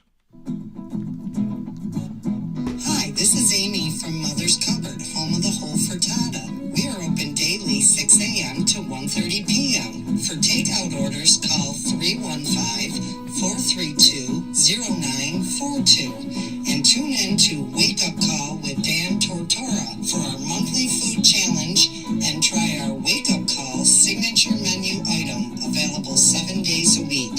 Here at Mother's Cupboard, we are Central New York, and it's our honor to serve you. Ma and Pa's Kettle Corn and Popcorn Factory remind us that every day is worth celebrating at 201 7th North Street in Liverpool, New York. Open Monday through Saturday in-store and always online at maandpaspopcorn.com. Serving our Central New York community and beyond, order anywhere, anytime at maandpaspopcorn.com. Stop in to get a tin at Ma and Pa's on 201 7th North Street in Liverpool, New York to get your half-price refills for the rest of your life. Come to Ma and Pa's for your holiday gift giving for family, friends, employees, and clients. And remember, for fundraising and events, to call 315-450-6272. That's 315-450-6272. Ma and Pa's Kettle Corn and Popcorn Factory. How corny are you? This is Jimmer Sikowski, owner-operator of Chick-fil-A Cicero, 7916 Brewerton Road in Cicero, right in front of the Home Depot. I had a deep feeling that God wanted me to do something bigger with my life and to help people, help others. I kept putting Chick-fil-A in my life, and I realized as I was going through the franchise selection process that positively impacting the lives of others was really core to what we do here at Chick-fil-A. First of all, it starts with the food. The food is brought in fresh daily, and we bring in local produce. We prepare to order in the kitchen. We hand bread our chicken. We hand spin our milkshakes. It's great food. It doesn't taste like fast food. I think the second thing is the way people feel when they come in a Chick-fil-A restaurant. It's different. We try to treat people with intentional kindness here, which is very different and deeper than good customer service. And so I think it feels remarkable for most people to come in a Chick-fil-A restaurant. And then lastly, the impact that we try to have in the community is very different. It's a big part of the expectation of every operator of a Chick-fil-A restaurant is that they're actively engaged in their community, they're a leader in the community, and they're making a difference. When they realize that what we're striving to do is to shine a little light in their life, that's a very, very different experience than you will have in any other quick service restaurant. And it's that remarkable experience that I think people will emotionally connect with. And welcome back here to Wake Up Call with Dan Tortora, where sports meets life inside the Great Lakes Honda City studios. I want to read something to you. The Native American Guardians Association had this to say: misconception. Redskins, red men is racist. 90% of Native Americans disagree with you in that statement. Redskins, red men is a Native American iconic name and is revered by the vast majority of Native Americans and general public alike. Redskins and red men represent honor, respect, and pride for Native American culture. Redskins, red men is and has been a self-identifying term for natives since the early 1800s. Context and intent matter. Activists intend to make Redskins, red men, a pejorative term. And this group, the Native American Guardians Association, disagrees and chooses to elevate and reclaim the name Redskins, red men. School boards and sports organizations have the opportunity to make this word officially hateful or honorable by their actions. for this generation and all those that follow. Choose wisely and keep this word from ever hurting others. Redskins was originated by Native Americans to refer to themselves. The logo was designed and approved by Native American leaders, and the vast majority of both Native Americans and the public revere the name. So this is what was said here. It's not a term that the white man created. It's actually a term that the Indians themselves created.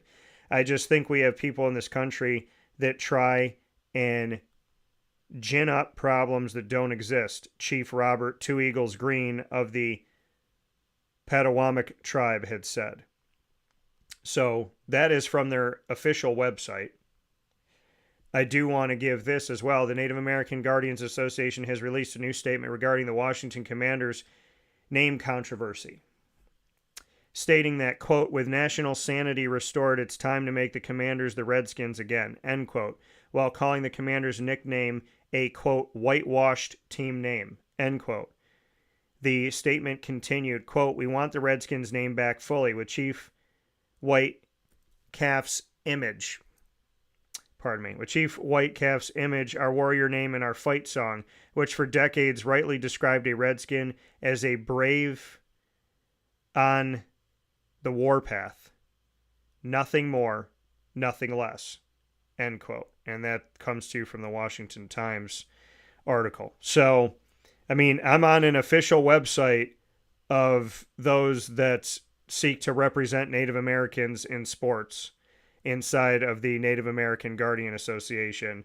And when you actually look them up on Google, it says it's a group that advocates for the respectful use of Native American imagery in sports and public life, while also opposing the erasure of Native American identity. So they seek to make sure that nothing is erased of their history, and they seek to make sure that in sports and public life the imagery is positive. And therefore the Redskin. Again, watch where your information comes from, and it's okay to question it. Because I just looked that up on a commercial break, and that refutes everything that's been told to us, Murph, for years. You're 100% right. And, these people try to erase history.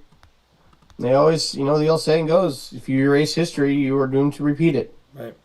So, the people that try to erase, the Native Americans and everything, like, who's to say that they can't up and revolt against us because of it? Like, these things can will it happen? Probably not, but could it? Absolutely, it could. You try to forget that these things even happened. Yeah. And it doesn't work like that. So the Native Americans were very much a part of this country's history. Yep. This land's history. Yep. We need to be willing to honor them. There were more than a few sports teams that were named after Native Americans or named in honor of Native American history. Yep. And all these names that are getting changed these days is just absurd. We obviously, I don't want to harp on it too much longer because we've been going on for about an hour, but bring back the Indians, bring back the Redskins, bring back the Liverpool Warriors, bring back all of these names that have been changed because of stupid white liberals that think that everybody gets offended by them, or CNN. It's because CNN's telling them that they're supposed to be offended by it, when the real Native Americans have no issue with it. The Indians were the Indians for 100 years. The Redskins were the Redskins for 80 years. Folks, it's not hard. These teams were approved by Native Americans almost 100 years ago. Leave it the hell alone. Put the names back. I know the president's fighting for the Redskins to change their name back. And, do I think he should be the one getting involved? No, probably not. But yeah. I agree with him. They should, are you just going to erase the entire history of the Washington Redskins? Seriously. That's what Joe Theismann said. South Park even did a damn episode where they made fun of them the Washington Redskins for giving up the name. And they took, apparently, well, if you've never seen the episode, the kids made this random startup company that does absolutely nothing. And since the Washington Redskins were up for grabs, they named it Washington Redskins. And there was this whole thing with Dan Snyder of the Redskins coming in and trying to, get him to stop using the name and claiming it's offensive and whatever. And Dan Snyder was also one of the worst owners in all of sports. Thank God he sold the team. And Josh Harris and I forget who his partner is that own the Commanders now, who also own, I believe, the Devils and the Philadelphia 76ers. I would like to think that they're going to take this seriously about changing the name back. I thought I remembered them saying something about it when they bought the team, but who knows? It's one of those things that may or may not happen. I'd love to see it happen. I think, I still call the Commanders the Redskins from time to time. I still call the Guardians the Indians. See, I just did it right there. I still call the Guardians the Indians at times. Yeah. It's gonna happen forever. They will always be the Cleveland Indians. They will always be the Washington Redskins. That's the way it is. That's the way it should be. Do you need to bring Chief Wahoo back? Do you need to bring Redface back for the Redskins? If that's your thing where he says, all right, we'll bring the name back, but we won't bring the logo back. All right. Yeah. I'm not going to lose sleep over that. They got rid of Chief Wahoo in the 90s. Although my Indians jersey that I have from the movie Major League has Chief Wahoo on it, which I love, by the way. So for me, it's one of those things where bring it back. If you don't want to bring the logo back, that's fine. Yeah. But bring the name back. Clearly, we know it was not offensive to these people. Right. All the statistics that said when they did change the Redskins name in whatever year they did that said 35% of Native Americans are offended by it. I don't believe those numbers. Who are they polling? Right. It's the same people that are polling people about elections or about what their thoughts are with the way the country's going right now. Who are they polling? Who are they talking to? Because most people don't agree with that. Why has it been for the last 3 election cycles? Why have the polls before the election been so bad, been so off? It's because they're talking to people that want to make you believe one thing when in reality something else is happening. 2016, they said Trump had no chance of winning. He had like a 10% chance of winning. What's he do? He goes and wins the election. Well, polls are 2020. Polls are polls, man. Same thing. Yeah. They're polls. They're not. I don't believe them for a second. And it depends who you're. This past election cycle, they all tried to tell us that Kamala Harris is going to win in a landslide. It didn't happen. It went the other way. Who are they polling? No, it's not even. Who did they poll when they said 35% of Native Americans are offended by the Washington Redskins name? Who did they talk to? It may not be anybody. It may not be anybody. Exactly. And okay. My point exactly. And you could say 75% of the room, and it might just be 5 people that believe in something. You can manipulate numbers. Don't get me wrong. There's probably people that were offended by it. But you can manipulate numbers. And for those people, I'm sorry. Right. But you also tell people who's going to win an election to try and brainwash them into voting for that person because they think if I vote for the other person, it's a wasted vote. So remember that. Remember that, folks. People will tell you things are already said and done so that you don't go against the grain. Back in September... Can we please get back to an honest media? I'm trying, bro. I'm trying to pull in as many people as I can with me. One of the cardinal rules of the media is to report the truth. Right. You report the facts. That's literally one of the cardinal rules. You report the facts. You let people create an opinion off the facts. You present the facts and allow people to create an opinion. You don't present an opinion as a fact. And all it is now is people just putting things out there that they want to put out there. Jerry said Snyder should have. You want to write op-eds that are clearly opinions? That's fine. Yeah. No one's preventing you from doing that. But it's an op-ed piece. The opinion. You're not reporting that as the truth. Let me tell you this. This Correct. is almost 2 years ago, almost a complete 2 years ago. September 25th, 2023.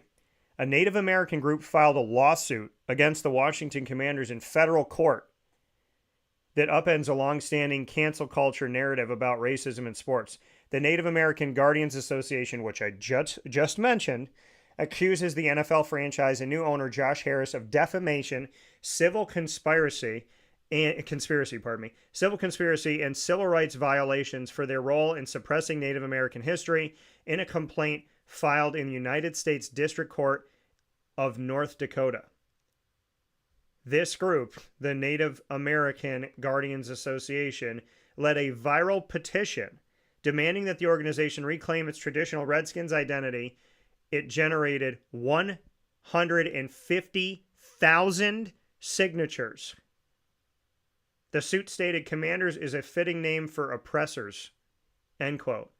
The group sought $1.6 million in damages and, quote, a seat at the table to share Native American history, end quote.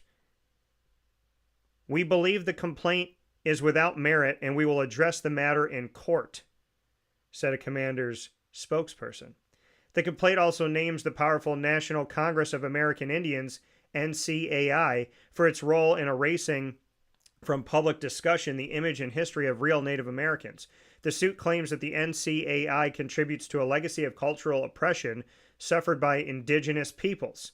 Quote, the name Redskins carries deep cultural, historical, and emotional significance, honoring the bravery, resilience, and warrior spirit associated with Native American culture, end quote, which came from the North American Guardians Association. So, I mean, there has been a lawsuit by Native Americans against the Redskins in federal court about changing the name. But sure, let people tell you that so many are offended. And here's some funny way that God always seems to work in my life, Murph. He's bringing it all cyclical. We spoke about Scranton Wilkes-Barre changing their names. And we spoke about names not necessarily needing to be changed. Do you know who plays the Scranton Wilkes-Barre Rail Riders this Tuesday, August 12th at 6:35 p.m.? The Syracuse Mets. The Indianapolis Indians. Oh. Who are I think that is still the Guardians AAA affiliate. Yeah, who are still allowed. There's multiple teams that still use the name Indian in the farm system of baseball. It is still very much. So I looked it up though. So for what we were talking about before, since obviously the Syracuse Mets are gonna change their name. Mm-hmm. There's only, if we get rid of them, one. You got to count the Cardinals. There's two Cardinals, I know. I'm just talking AAA. No, but you're saying AAA there will names? only be two more AAA teams. There will only be two more AAA teams that use the name of their major league affiliate or of their major league club. Yeah, and that is after the Syracuse Mets go away. And it'll be the Iowa Cubs and the Worcester Red Sox. Yeah, that's it. You know, as you go down to AA, let's see, are there any in AA? I mean, you could say Fightin' Phils maybe, but there's AA has one. There's a couple and Cardinals. Springfield Cardinals. Yeah, and then if you go lower, there's another. Springfield Cardinals are one. And then there's another one. Yep. And then let's look at High A. High A, you have the South Bend Cubs. Yeah, there's one. That's it. So there's one. And there's actually single A. There's more. Yeah, there's a team called the Iowa Cubs, which literally uses the entire Cub logo and just writes Iowa on the upper left. So. Oh yeah, I mean that's the Cubs AAA affiliate. Yeah. But then you have single A is where you have more, and a lot of these teams play at the spring training facilities, which is partly why that is what they have. So let's see, you got Dunedin Blue Jays, that's one. You get Fredericksburg Nationals, that's two. Lakeland Flying Tigers, I guess you could say that's three. Salem Red Sox, San Jose Giants, St. Lucie Mets, So there's 6 there. Yeah. But AAA, you're only going to have 2 after this one. I don't know what they're going to go with because there are some. Can I The give? last one that I remember that changed their name and had the fans vote was the Jacksonville. I believe they were the Sun at the time. The Jumbo Shrimp, baby. They're now called the Jacksonville Jumbo Shrimp. Yeah. Do you know that one let a late I night would host. die laughing. You have let's see. You have the Jacksonville Jumbo Shrimp. You have the El Paso Chihuahuas. Yeah. You've got Murph. We're known for hot and dogs then and you've got the coonies. Sugarland Space Cowboys. We're known for hot dogs and coonies. So is someone going to say that they should be the Syracuse Wieners? I'm not kidding. So by the With way, hot dogs. let me throw this at you. There's a team named the Tampa Tarpons. You spell Tarpon T-A-R-P. That's the Yankees affiliate. Right. You spell it Tarpons. They are one letter away from having a big problem. Think Tampa. Tarpoon. No. Think Tampa. T-A-M. Tarpon. Typhoon. Tarpon. T-A-R. Change the R to an M. What's Tampa? Yep. Okay. So there's a lot of Yep. and there's one team that the late night host changed them to the Moon Mammoths, but I went over some of these names and I could, you know what, Murph, I honestly can consider some of this offensive. Okay, Rancho Cucamonga Quakes, that's about earthquakes. Earthquakes kill people. They destroy land. They destroy businesses. They destroy homes. I want you to change the name. Okay. The Vermont Lake Monsters, that's disrespectful to monsters. Why do they have to be treated a certain way? I'm bothered by that. Rattlers are connected to snakes. Snakes are connected to the devil. I don't want any connection to the devil. I mean, we can go up and down this thing. Why? Chihuahua, right? They took the Chihuahua out of Taco Bell because they said it was disrespectful.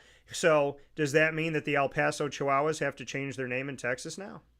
So, again, if we are going toward this society of let's get rid of everything that's offensive, pretty much every name I'm looking at right now is going to go away. The Brooklyn Cyclones, that's going to go away because you don't want to talk about cyclones, because you don't want to talk about Hurricane Sandy, and you don't want to talk about everything that happened and all the lives that were lost and all the lives that were affected. So how dare Brooklyn do something like that?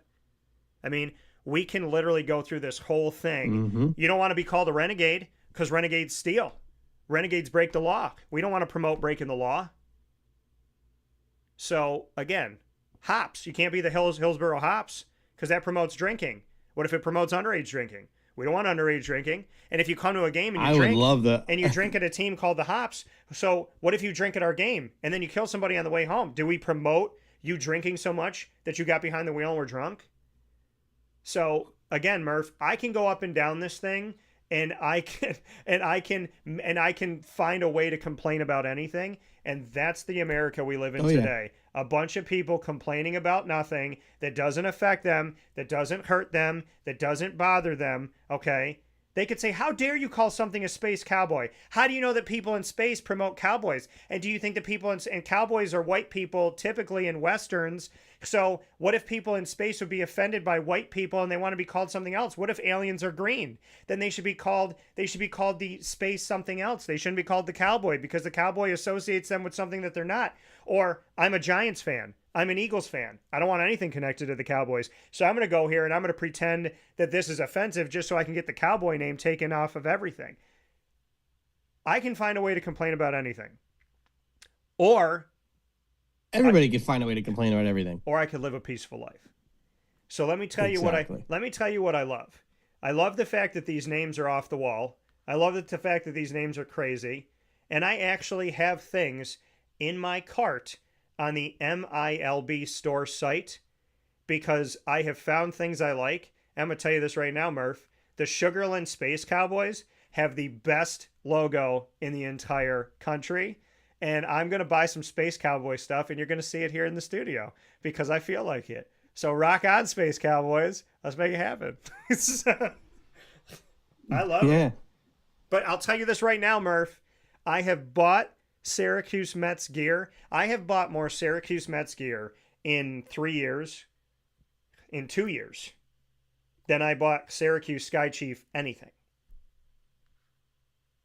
So I'm just saying, if you're going to change the name, tread lightly, because what I don't know if that poll is opened yet. But what I think this is, Murph, I think that it's a ploy for publicity, and I think it's going to backfire. I think it's going to backfire. I don't want it to, but I think it will, because I think the Syracuse Mets lit up on that stadium, even when there's no games, even when it's the off season. I think that has done so much for the team and so much for the city and so much for the connection to the city and the team being together. I think once you take that off, they're going to lose a bunch of people that they just gained over the last 3 years. It's just my opinion. Yeah, I mean, as long as they don't do something stupid. Yeah, like, as long as they don't call them the trash clowns or something like that. Hey, there is one. There is a team called. But like, if they come up with a, there's a team called the Trash Pandas. What? There's a team called the Trash Pandas. I do know that, which connects to the Rocket Raccoon and what he was called in one of the Marvel movies. He was called the Trash Panda. He was also called a Build-A-Bear. So there's a lot of. By the way, there's a team called the Fort Myers Mighty Muscles, and that's an actual muscle that's inside. They used of a to be shell. the Fort Myers Miracle. Right. That was what the team used to be. I think that was the Yard Goats. I forget what team that was. Maybe it was the Tigers or something. We have the Modesto Nuts. By the way, Murph, you know that teams change every year to do a publicity thing, like Syracuse was the Salt Potatoes. There is a team that changed their name to the Creamies, and the logo. Oh God. The logo and the name, very suspect. Very suspect. All I'm going to say to you people is look up Creamy, but make sure you look up baseball. Because if you don't put Creamy baseball, you might find something you don't want. But oh my God. I'm telling you, Murph, I'm looking through the teams. I'm looking at the logos. I'm looking for stuff I want to buy. And I found this team that changed their name for like a day to the Creamies, and it was supposed to be ice cream. And all I'm going to say to you is, maybe it didn't look like that. Let's get into Syracuse Football Camp and have a little conversation. I'm going to flip it to you because I've been at camp, and so you can feel free to ask questions. I gave up some topics last week, but you can feel free to ask any questions because you're the outside looking in, and I'd love to know what you're thinking about Syracuse Football Camp. Yeah, and obviously you had the time down in Charlotte with the ACC and getting to talk to everybody and I guess it's gonna I don't necessarily want to ask the question, but I have to because it's gonna be the number one topic on everybody's minds. Has there been anybody that's really taken a step forward towards being that QB1? Is there somebody that's kind of standing out at camp to maybe take the job and run with it? Yeah, and I tell people this, and I've said this before, and I mean it. Again, what is the media telling you? Is the story real, or is it fabricated so that you'll click on them because they are appearing to know more than you know? Unless the media sneaks in when we're not there, unless there's members of the media that either have an unfair advantage, are given a seat at a table that they're not supposed to be at, or they're sneaking in. If it's none of those things, then they're lying. So what I can tell you is we have seen Steve Angeli throw, and we've seen Ricky Collins Jr. throw. We were not allowed to film or take pictures of the only 11-on-11 we saw. No media was allowed at scrimmage this weekend, the first scrimmage that they had of fall camp. So any media person that talks about the scrimmage is either lying or they were there and they weren't supposed to be. And if they were there and Syracuse allowed them to be there, then they have an explanation every other media outlet that they didn't allow there, if you want to talk about discrimination. Mm-hmm. We have only seen them throw and hand the ball off. We have seen them throw into single coverage. And I will tell you that sometimes they've placed a good ball, both of them, and the guys just didn't the receiver didn't break away from single coverage and they didn't put themselves in a good spot. So sometimes it's on the receiver who's dropped the ball or didn't put themselves in a good place or didn't jump when they were supposed to jump or didn't make a move when they were supposed to make a move. And other times they just threw a bad ball. Couple interceptions. A few times where they overthrew. I don't think either one of them looks bad. But I can tell you that I know people that have been to the scrimmage. So I'm speaking as a once removed when I say this, but from what I was told of the scrimmage from the people that I have that are there, they said that 9 and 10 are both competing. And they didn't make a decision. 9 is Angeli, 10 is Ricky. They didn't say that either one of them was ahead of the other.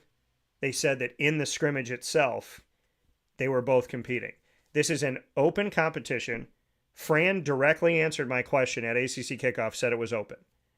Then Jeff Nixon, the offensive coordinator, said it was open. Then defensive coordinator Elijah Robinson said it was open. Then the people that I know that went to the scrimmage said that they're both competing. So again, when the media tells you stuff, sometimes it's not a real story. They're still competing. Mm-hmm. We're just a little bit over a week of camp into week 2. There is no true person. If you want to put my feet to the fire, I think we're going to see both of them this season. If you want to know how I really feel, and that was kind of I think it's going to go from why I was saying, like, do you think I think it's going to be somebody's got Ricky the edge? first. I think we're going to see Ricky first against Tennessee and Mercedes-Benz Stadium in Atlanta. I think we're going to see Ricky. Depending on what happens, we might see Steve. I think we're going to see Ricky first and then see Steve, but I think Steve's going to carry out the majority of the season. If you're putting my feet to the fire right now. That is my reaction. Okay? But we have not seen 11 on 11 outside of 10 minutes at camp last week. So, again, any media person that's telling you they know, lying, unless they have somebody on the inside. And I know people that were at scrimmage, and they said that they're both competing. So I can tell you that I've probably watched the quarterbacks more than any other position when I'm at camp, when they allow us to be. And I can tell you that I don't have anything bad to say about Ricky Collins in the spring, and I don't have anything bad to say right now, and I don't have anything bad to say about Steve Angeli. I'm interested to see what this is going to be and what type of offense they plan to run, and how Jeff Nixon, who has plenty of experience in the NFL, is preparing to have a dual threat quarterback versus a pocket passer, and how he's going to have an offense run smoothly between the two. But I don't think it's anybody's job yet. I just know what I think. But I would love to see more. I would love to actually get to see it. And I just had this conversation. I'm like, I want to see 11 on 11 for an hour of practice. And this is how I look at this. Let us watch 11 on 11. Whatever media person reports on it, kick them out, take their badge. But don't punish the rest of us. Tell us to leave our cameras in the car, our phones in the car. Fine. Notepads only. Fine. I want to physically see Angeli and Collins hike the ball, drop back, make decisions. Do they take off and run? Do they move well in the pocket? How is their overall footwork? Are they looking down their receiver? Are they able to make multiple reads? Can they pick apart a defense? How is their timing? How is their accuracy? How is their deep ball? How is their short game? These are all things that I can't speak on, Murph, because they don't let us see it. And it's frustrating.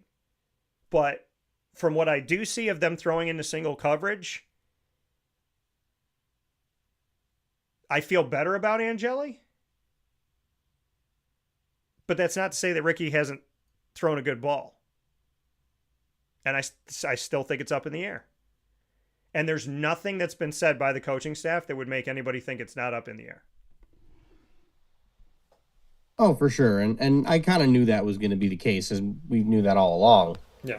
it was, it seems like you're kind of leaning in Jelly, like as so far in camp has looked maybe a little bit better. Yeah. But just in terms of, and I'll kind of give you something here, kind of two-parted question. Yeah.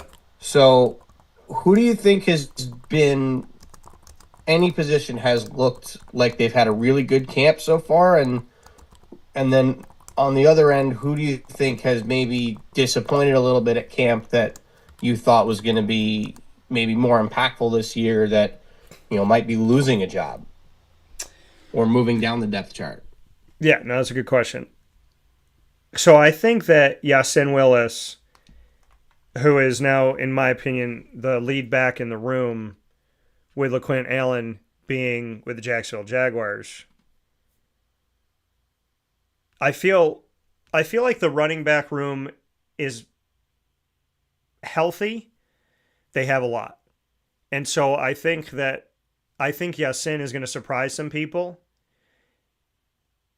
People do think he's gotten bigger, and he has. He consistently builds muscle, but I think he might surprise some people in a good way. I think that the receiving core, they haven't created separation in single coverage. And there's certain guys that have not seemingly looked comfortable on the field. And I don't want to name them because I don't want them to feel shamed. But there's a few guys who I'm still waiting to see separate themselves literally on the field between them and a DB. And so I would say the receiver core has left more to be wanted. So I would say I want to see an upstart in them and an uptick in the receiving core. I think the defensive backs have done some good things, but I'm also asking myself, is it because the receivers are not doing everything that they need to be doing that the defensive backs look good, or are the defensive backs just having better reads? So now there have been some receivers. There was one receiver that, and I put the video out, and you can see the wide receiver play. I put the video out about one of the receivers because they're supposed to run a route, and then the quarterback's supposed to hit them, and there's different quarterbacks thrown to them. And this guy totally got the DB to think that he was going long. So he went to the middle of the field, and the DB took off downfield, and he cut and just took a short pass, and he completely separated himself from the DB, made it look ridiculous. And so, I mean, I would say there's definitely been some good moves, but those that have been left more to be wanted, the receiving core. Room I'm really excited about, running back. Defensively, because I feel like I should name something here, I would say I'm interested in what the defensive line is going to look like with David Amapariola, because he's listed as a linebacker, but he's talking about being an edge rusher, and I just interviewed him. So I'm excited to see what Amapariola will do there. And I would also say the offensive line, 6'6", 6'7", 6'8", 320, 301, 3 this, 3 that. One of the dudes, Byron Washington, 418 pounds. Holy smokes. Syracuse has not had big-bodied, tall offensive linemen for forever. And so I would say the offensive line's got some big ones. So I'm paying attention to if they can move, because they finally got the height and they finally have the weight. But can these guys be agile? And how is their technique? Agility, footwork, technique, all that stuff is something that I'm looking at now. So I would say that that's a circle for me. The kicker situation, because they lost, in my opinion, the best one they had, Brady Denneberg. Because, I mean, he was kicking off so many times touchback situations that it was like, why even kick? It was ridiculous. But he's gone. He's in Minnesota. So is Jaden O going to be the everyday guy, or is he going to be the sometimes guy? That's my big question. Not that he's not talented, but do they trust him enough to be everything? Kickoff, field goal, extra point. So that's a question. And we're going to actually talk to the special teams coordinator today, so I'm hoping that I'll be able to get that in and talk with him about that. But I would say, so yeah, I would say the question mark is kicker. I would say physically, just looking at, awesome as far as the body change, offensive line, running back excited about, wide receiver still more left to be had. And I want to see where Deuce Chestnut's going to be because he's a corner. And then last year he was a safety. I want to see how they use him this year. So, like, those are my, like, knee-jerk reactions of what I'm paying attention to. All right. I mean, you kind of answered what my next question was going to be already, which was going to be about the wide receiver room because of what you had talked about with all the with a lot of the drops at camp, and you kind of answered that question already. I guess the last one I would have for you would basically be if there's, who do you? No, I don't want to go. I don't want to go record prediction yet. We can talk about that in a week or two, as the season gets closer. But if you had to kind of pick, other than maybe an obvious name, who could be the biggest surprise standout for this team that makes a big impact? Okay. Who would you say that would be? Good question. I would say there's certain people I want to say that haven't been in a leadership role yet, or maybe they haven't been thought about as a leader up until now, so maybe they would shock some people, but I don't think it's like a fair one to say. So the one that I think will have like a positive impact that maybe isn't expected, I want to say Jaden O at kicker because they need it. But beyond that, I would probably, I'm going to pick Isaac's guy, who's also my guy, but Isaac told me about him first, so Isaac gets the credit. Malachi James. I don't think it's an if, I think it's when he returns a kick or a punt for a touchdown. Watch my interview with him. And my question to him about that, he said, I'm telling myself it's Tennessee because that's the first game. And I asked Will Nixon, who's in the backfield with Malachi, I said, is he really fast like lightning? And you got to see the facial expression that Will made. So I'm going to say Malachi James because I don't think a lot of people are talking about him. So I'm going to say Malachi number 36. Same number as Rob Drummond, one of my closest friends. So shout out to Rob. So I'm going to circle Malachi. I'm going to circle Jaden O for a positive impact that maybe people aren't expecting. And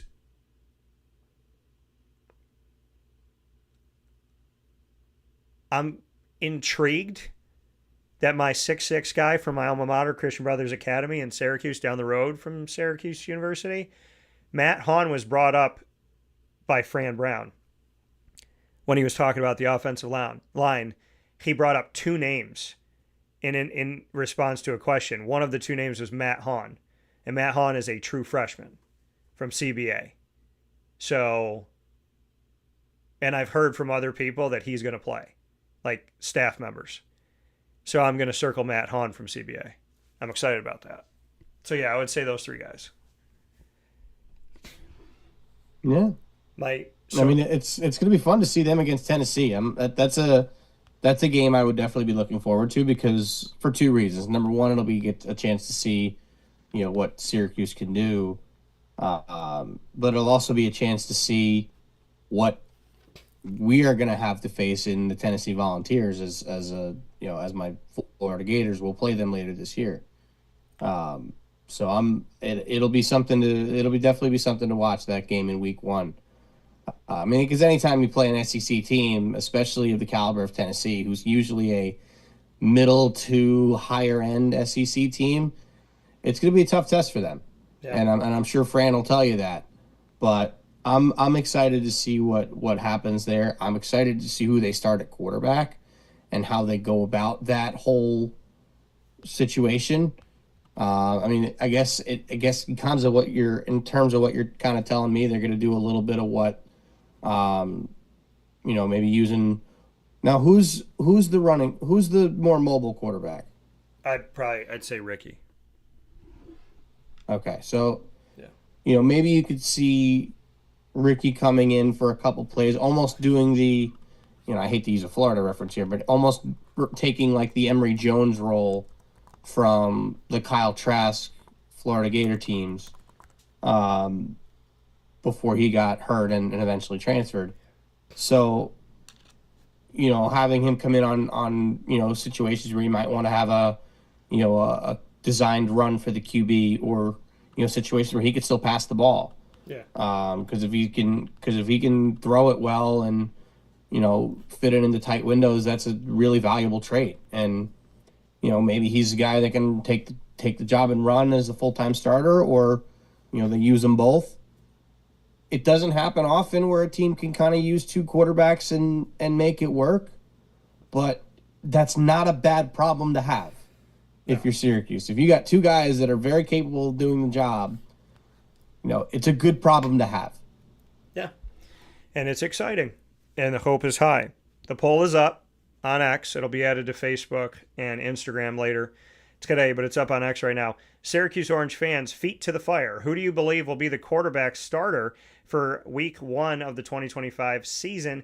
Steve Angeli or Ricky Collins Jr.? Early voting. You've already started. Thank you so much. 100% Ricky. We will take a step aside here on Wake Up Call with Dan Tortora. When we come back, Murph and I will talk about the NFL, Major League Baseball, and get a couple cards in here, as we're going to give you a little bit of bonus time, as we always do, right after this, inside the Great Lakes Honda City Studios. Stay with us.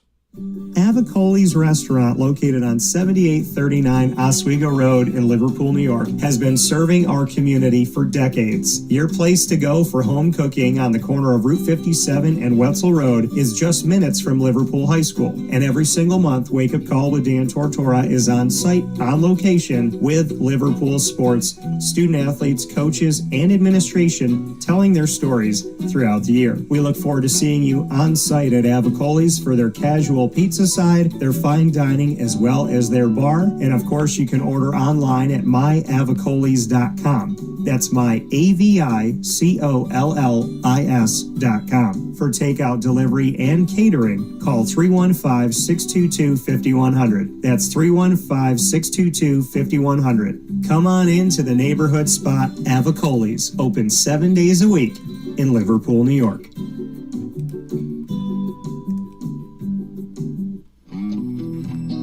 K9 Campground Dog Boarding is your home away from home for your furry-loving friends. Open 7 days a week with drop-off and pickup times in the morning and later on in the day and early evening. K9 Campground Dog Boarding is the spot to trust with your dog for short and long-term stays. Call 315-299-4013 for more information. That's 315-299-4013, and go to k9campground.com as well. That's K9, ground.com, where you will find all of the information on their different cabins, which include the classic cabin, executive cabin, grand cabin, and luxury cabin.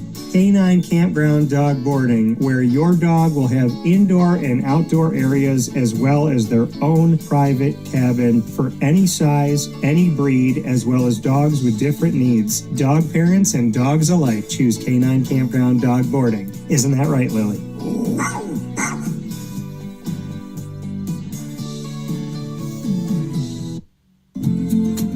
Looking for your next ride? Look no further than Great Lakes Honda City, located on 7140 Henry Clay Boulevard in Liverpool, New York. Serving our community for decades, their new and pre-owned vast array of vehicles are available to you Monday through Saturday on site. To search from home, shop at GreatLakesHondaCity.com. Call 315-365-5576 to set up an appointment. That's 315-365-5576 for Great Lakes Honda City, 7140 Henry Clay Boulevard in Liverpool, New York. Great cars, great people, Great Lakes.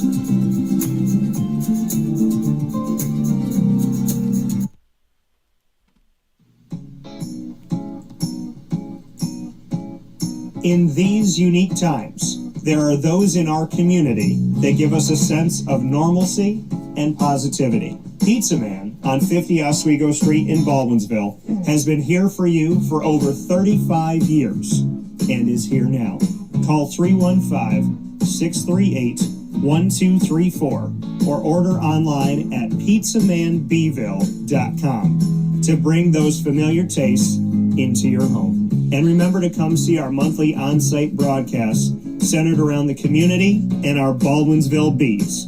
Pizza Man in Baldwinsville. Any way you slice it, they're always here for you.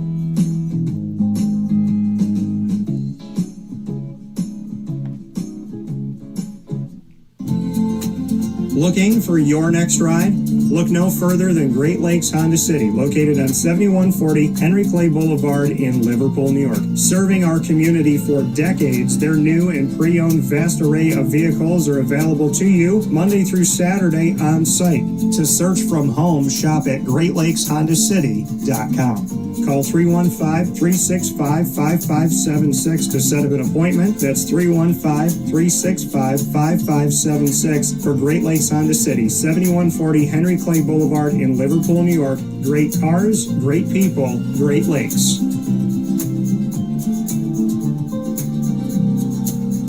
All right, you need to come out here and get yourself the Brooklyn Pickle. I was talking about this with one of my buddies. I was like, yo, there's no better sandwich in the state of New York than the Brooklyn Pickle. And now that I found out that they're going down to North Carolina, we are taking over your taste buds everywhere you are, wherever you're going to be. You need to get yourself out to the Brooklyn Pickle. Pinehurst, you just realized that you found yourself the best sandwich shop that you're ever going to have. This is a glorious moment. It's a blessing to your community. You're welcome. Brooklyn in the house, baby. Go over to the Brooklyn Pickle. You already know what it is.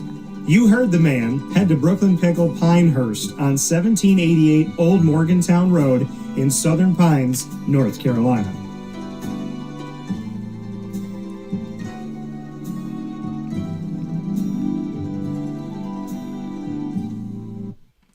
Folks, Chick-fil-A in DeWitt is open on the corner of Bridge and Erie, officially opening on August 7th. I want to thank you all for coming out to that grand opening and having some fun at Chick-fil-A DeWitt. And we plan on you going out there today and all throughout the week and all throughout the year, except for Sundays. As you know, they take the day off for the Lord. Head over to Chick-fil-A DeWitt and support Megan Sorber and her team as they serve you in a place where Chick-fil-A has never been. Right there off of Erie Boulevard and Bridge Street. Bridge and Erie, you can't miss it. The Taj Mahal, the biggest Chick-fil-A that I've ever seen. You'll find them right there. Bridge and Erie, Chick-fil-A DeWitt. Go and visit them today and know that they are so much more than simply a chicken sandwich. With that being said, here on Wake Up Call with Dan Tortora, Murphalation Station for the Nation, it's time for us to talk about the NFL. But before we go there, we got something else to talk about. Wake Up Call with Dan Tortora here with you inside of the Great Lakes Honda City Studios. It is time for Murph to rant and rave. He might rant. I don't know if he's going to rave, but he may definitely rant on the New York. Definitely not going to rave. The New York Metropolitans. So here we go. I would love to get the thoughts on where the Mets are, according to Murph, a longtime Mets fan. So take it away, Mr. Murph, here inside the Great Lakes Honda City Studios. There's Mr. Met, there's Mr. Murph. How does Murph feel about the Mets? Awful. Okay. Awful. Okay. Let's see that. They've lost 11 of their last 12. Mm-hmm. They were 2 games up on the Phillies. They're now 4.5 games back.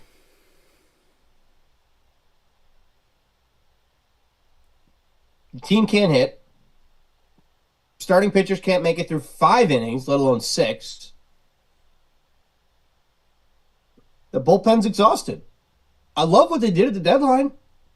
Getting the 3 relievers and getting, I wasn't a huge fan of Cedric Mullins, but he's okay. Yeah.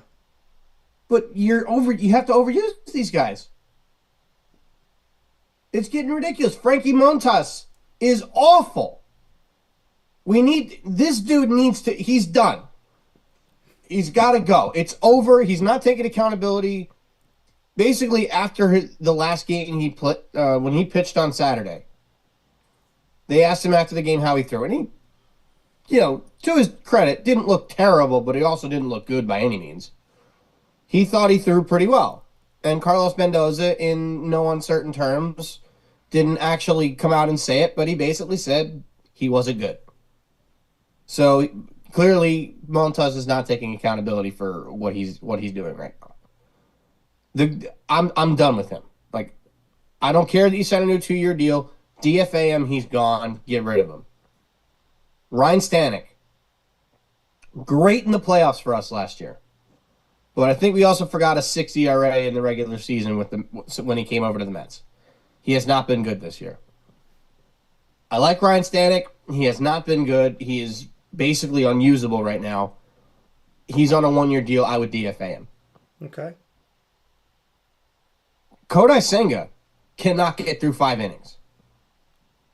He's walking the ballpark. He's getting his pitch count up into the 90s by the 4th inning. He has not been good. Okay. Sean Manaea, since he's come back, has pitched okay, but he's not giving you any length. He threw 4 innings on Sunday. We're not getting length from the starting rotation, so the bullpen is getting burned. Saturday's a prime example. You decided that you didn't want to start Frankie Montas, so you wanted to use an opener. That's great. Reed Garrett is the opener. Frankie Montas throws 72 pitches in 3 innings. And now you've got to get 15 outs from the bullpen. Gregory Soto does a great job. Tyler Rogers does a great job. Can't go to Ryan Helsley in the 7th. So who do you put out there? Ryan Stanek. Again, I'm not blaming it all on him. Yeah.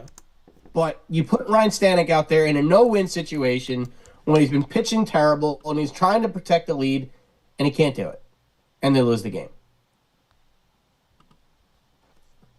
Helsley's the one that gave up the home run. Yes, I know. But it's not Helsley's fault. It is not his fault. No, he didn't make a good... He made a terrible pitch to William Contreras. He hit a bomb after the whole pitch clock violation shenanigans, which... That's a conversation for another day, but apparently the umpire said it to the hitter and the batter, or to the catcher and the hitter, so they knew off the bat that it was a pitch clock violation and whatever. But I'm getting sick of this.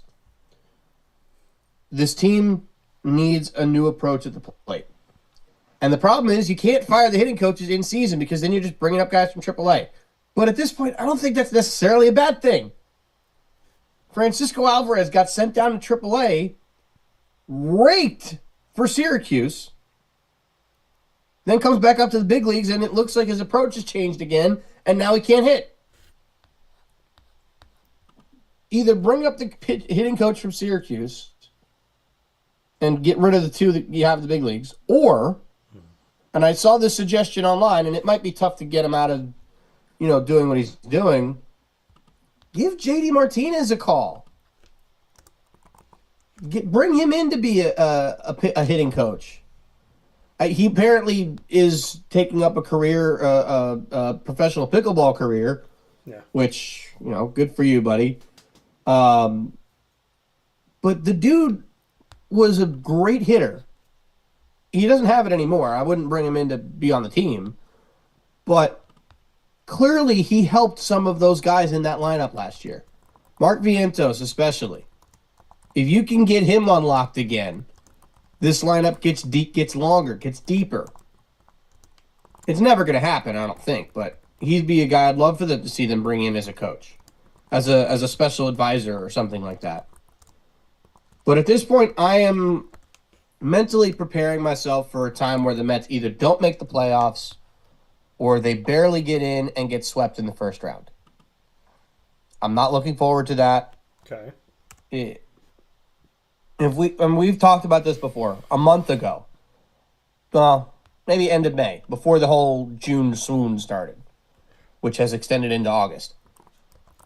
A month and a half ago, they were 5 games up on the Phillies with the best record in baseball.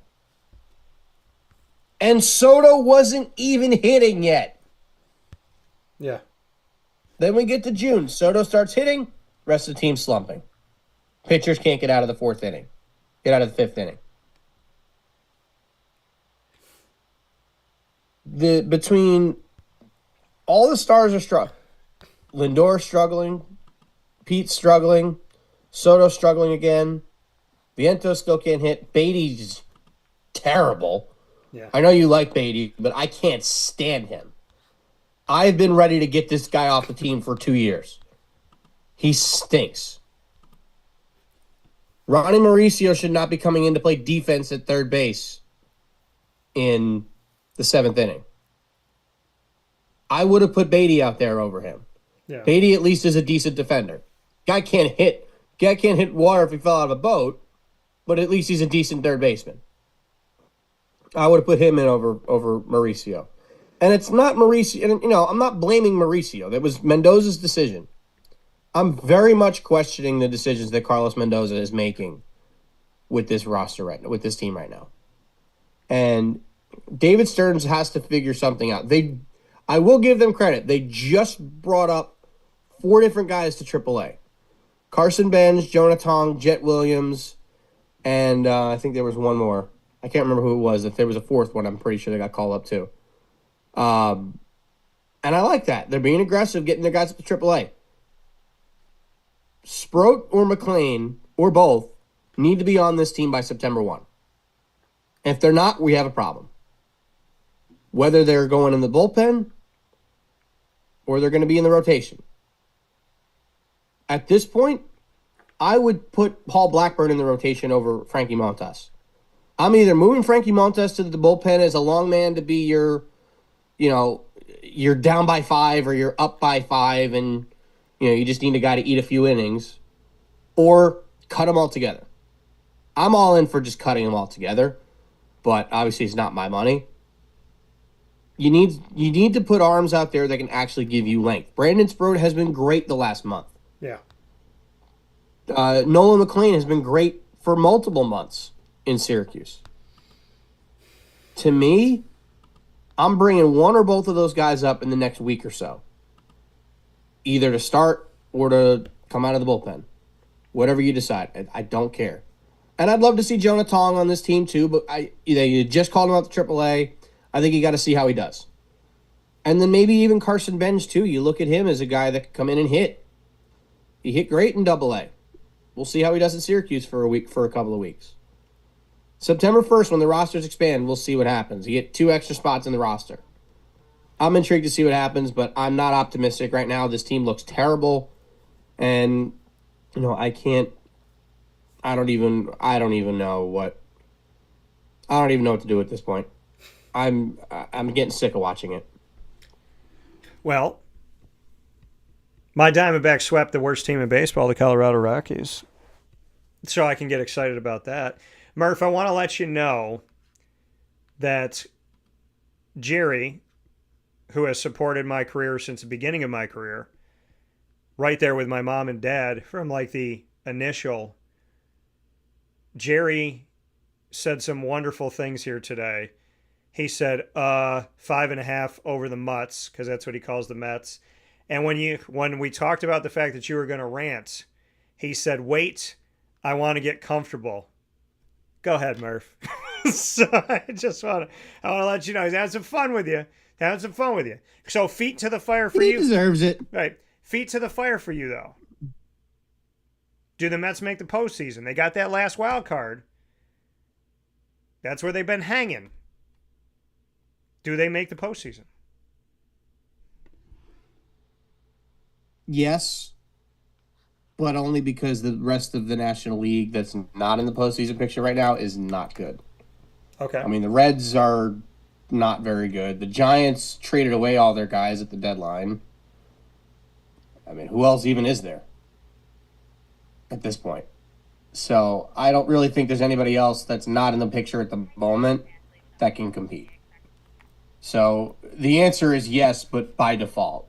Okay. That is if they keep playing if they keep playing like this, they're gonna fall out of the playoffs because, if you lose 10 out of 11 or 11 out of 12, you're just gonna keep losing. Eventually, those teams will win some games and pass you. So they're not gonna play like this forever. I mean, to be fair, Could they get to the end of August and then they start to get hot and ride that right into the postseason? Absolutely, it could happen. Yeah. Probably not going to win the division, but it could absolutely happen. Am I going to count on it, though? Probably not. My answer, feet to the fire, yes, they will make the playoffs, but it would be barely at this point. If you ask me in 2 weeks and they start playing better baseball, then who knows? Maybe I have a different answer. Yeah. Jerry said the Mets will be there in the end. That's what he said. So the Mets and the Yankees holding the final spot in both of the leagues, respectively. The Mets in the National League, the final wild card, if it happened today, and the Yankees, the final wild card in the American League. Closest to the Yankees, a half a game back, the Cleveland Guardians, and then the Rangers, and then the Royals. My Diamondbacks are within the 4 that are there for that last spot behind the Mets. The Reds, the Cardinals, the Giants, and the Diamondbacks. The Diamondbacks are 6 games behind. So are the Marlins. So they are in play. The Cardinals, 3.5. The closest, the Reds, are a game and a half away from the New York Mets. So there is that fight for the final spot. For the Yankees, there's only a half a game. And the final spot for where the Mets are right now, the Reds are within a game and a half. So with that being said, we're going to jump from one field to the other. The NFL preseason has begun. And Murphalation, Dillon Gabriel, if I was correct about this, was drafted multiple rounds ahead of Shedeur Sanders, right? And he was the quarterback of Oregon, who was the only undefeated team of 134 FBS schools, Division 1A and NCAA last year, going into the college football playoff. So he was in the playoff. He was on Oregon when they beat Ohio State in the regular season, and Ohio State ended up becoming the national champion. Quarterback, the only undefeated team in the country going into the postseason. But I don't really hear anybody talk about him. Shedeur Sanders came in, and Shedeur Sanders had a couple touchdowns, and he had himself a day. Thoughts on Cleveland? Deshaun Watson's out. Kenny Pickett's there. The Energizer Bunny that's everlasting, Joe Flacco, is there again. And Shedeur and Dillon are there. Thoughts on the fact that the quarterback that arguably was talked about more than the number 1 overall pick, Cam Ward, Shedeur Sanders, had himself a pretty good day? I mean, good for Shedeur. That was an interesting scenario where they decided to start him. Yeah. And he played a lot of that game. Yeah. To me, I don't think it made any sense to start him. I don't know why you're not just starting Joe Flacco, letting him play a series, and then going to, whoever else that you want to see play. I do still think one of Dillon Gabriel or Shedeur Sanders will probably end up getting cut.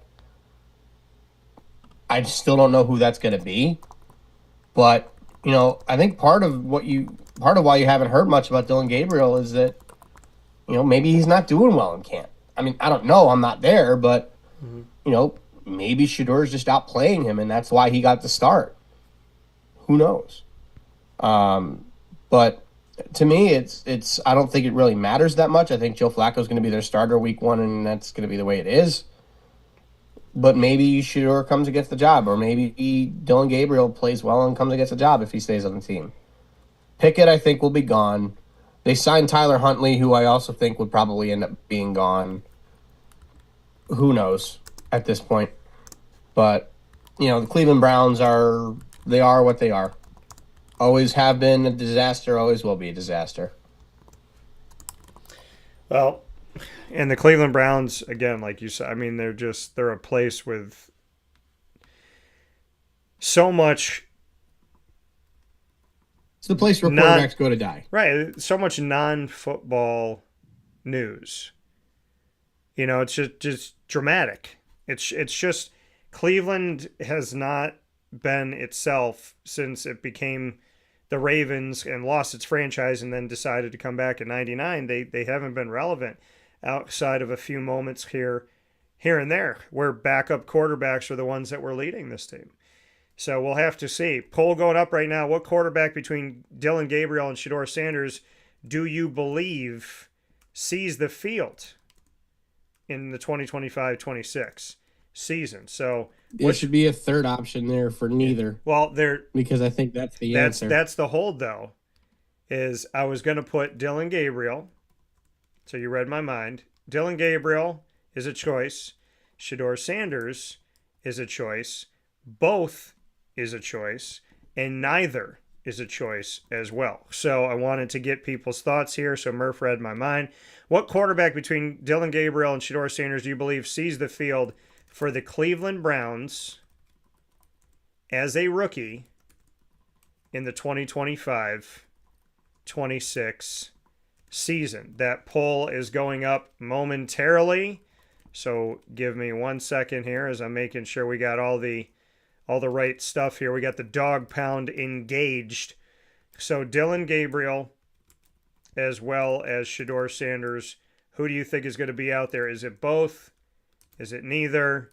Is it Sanders or is it Gabriel that's going to see the field as a rookie in the regular during the let me make sure I put in the 2025-26 regular season, just so nobody says, well, they did, somebody did play in the preseason here. So I'm going to go ahead and put that out for you right now.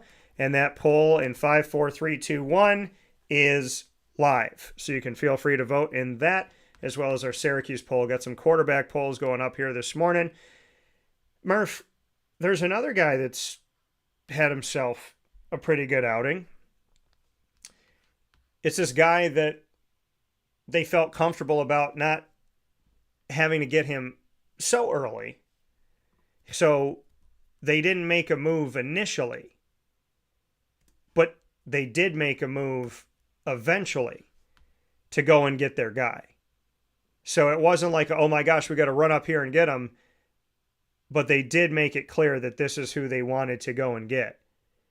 The New York Giants, 12 of 19, 63.2% completion percentage, 154 yards, 1 touchdown, no interceptions in his debut in a win over the Bills on the road in Buffalo.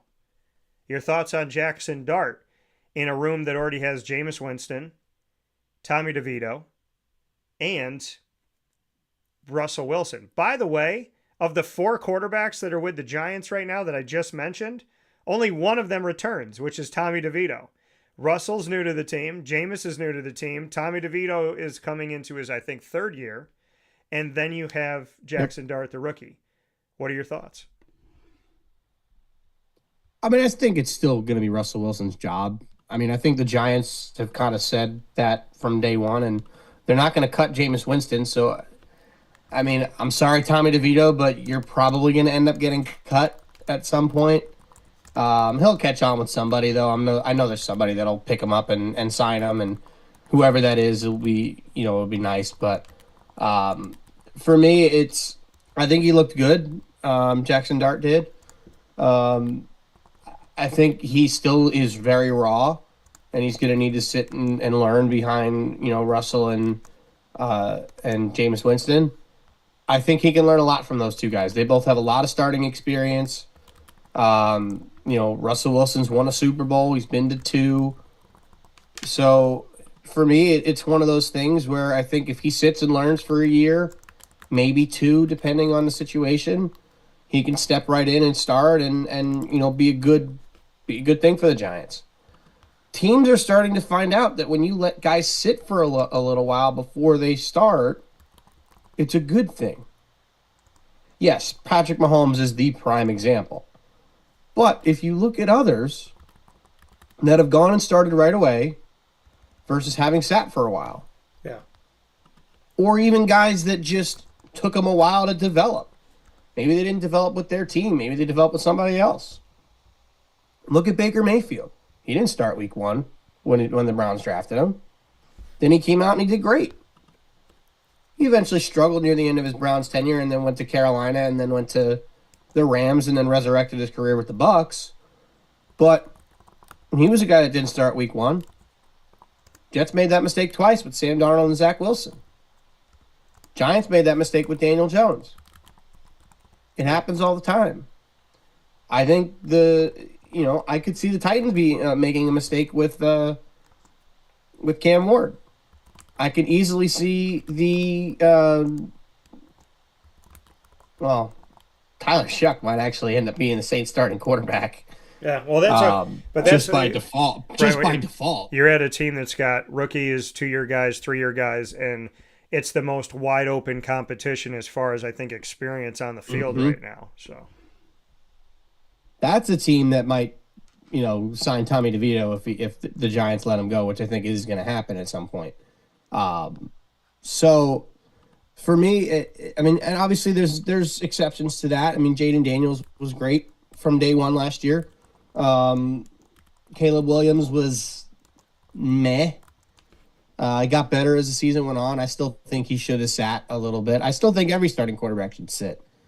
It's, the NBA and the NFL are the only two leagues where guys will be thrust straight into the starting lineup right after being drafted. Yeah. That is why I think the UFL should be a minor league affiliate for the NFL. Quarterback gets drafted number 1 overall. Go to their affiliate team for a month, 2 months, even a full season. Yeah. And play, but learn how to be a professional. That's the problem. It's happening in the NBA. In the NHL, they do something that's great in the NHL. And I think a lot of different leagues can learn from this.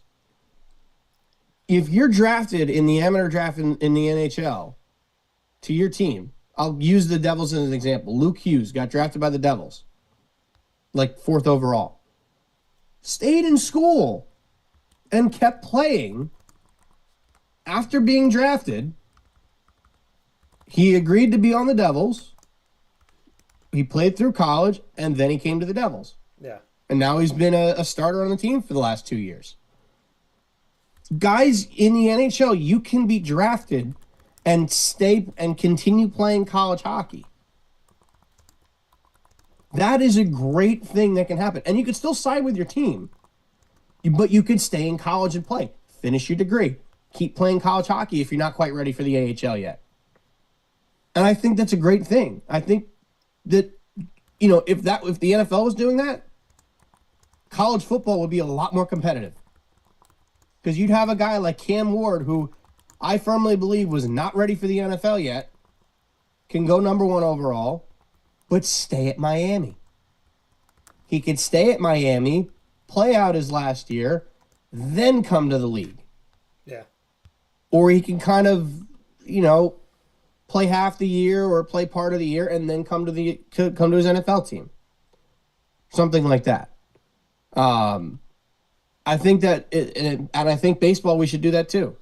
Make college baseball more competitive. All these guys out of high school that are signing with major league clubs should be allowed to go play college baseball for a year or two without losing their contract. Right? Like, you have these guys that get drafted out of high school, they turn down the money. Yeah. And go to college, or the guys that take the money and don't go to college. That would make college baseball a lot more competitive.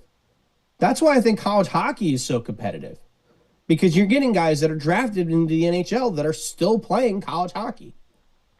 And it's great. That's why it's so much fun to watch. I'll watch a little bit of it. I'll watch the Frozen Four and enjoy that, and watch a little bit of the tournament. I don't follow it as much as I probably would like to, but because I think Florida doesn't have a team, so there's not much of a team for me to follow. But Penn State made a deep run this year, and I was watching their games, and it was a lot of fun. So I think it's something where the NFL's got to learn that some of these guys are so raw, they're just not ready yet. That's why I think it's almost a good thing that Shedeur Sanders got drafted as low as he did, because there's going to be no pressure for him to start right away. If he would have got drafted by the Giants or by the Saints, they would have been probably getting ready to start in week 1. Yeah. Being on the Browns, having veterans that are in front of him on the depth chart, he can sit, he can learn, maybe not be a distraction, but also get better as a result.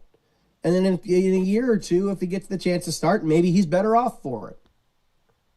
Look at the guys that have developed because they sat and watched somebody for a couple of years. It happens all the time. And they don't all turn into Pro Bowlers or MVPs. but they turn into quality NFL quarterbacks. Look at Geno Smith. Look at Sam Darnold. Look at Baker. Well, Baker Mayfield didn't really sit, but look at guys like that went to another team, sat for a couple of years as a backup behind a decent quarterback. Geno Smith was Eli Manning's backup. Eli Manning, future Hall of Famer Eli Manning. Should already be a Hall of Famer, but he didn't get in on the first ballot, which I think is absurd. Yeah. Sat behind him. Sam Darnold sat in a couple of different places. Sat in behind, I believe, but behind, I think he sat behind Brock Purdy in San Francisco. Now, granted, Brock Purdy's not like your typical vet, but got a chance to work with Kyle Shanahan and not have the pressure of going out and playing. It happens all the time. And I really hope that a guy like Kyle Trask, who is still the backup quarterback in Tampa Bay, gets a chance to go play somewhere else and is better off because he sat behind Baker Mayfield for three or 4 years. And he sat behind Tom Brady for a year.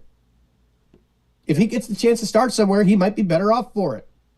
And I would love that because I can cash in on all of his Bucks cards that I have. I've got low-numbered cards from his NFL uniform. That stuff I would sell. I would not sell the stuff that's behind me because it's the Gator stuff, but I would sell the NFL stuff. I'd make a fortune off of him if he started playing. Most of that stuff I paid $30-$40 for. That stuff will probably triple in price just because it's Prism low-numbered and it's signed. Yeah. But that's my thing is let the guys sit, let the guys develop. That is why Major League Baseball has 4 levels of the minor leagues. Low A, high A, double A, triple A. The guys need to develop. And if they fly through the minor leagues, that's great. Guys do it every year. All the time. But taking you straight from college or straight from whatever, mostly straight from college, and putting you straight into a league where guys are bigger, faster, and stronger and play the game a lot faster than what you're used to. Yeah. Some guys will rise to the occasion, but that's the exception, not the rule. Most guys are not ready for that. That's just the way it is. Jaden Daniels rose to the occasion, and he was great. Good for him. I was happy to see it. Bo Nix, to a point, same thing. Not as good as Caleb, as Jaden, but still.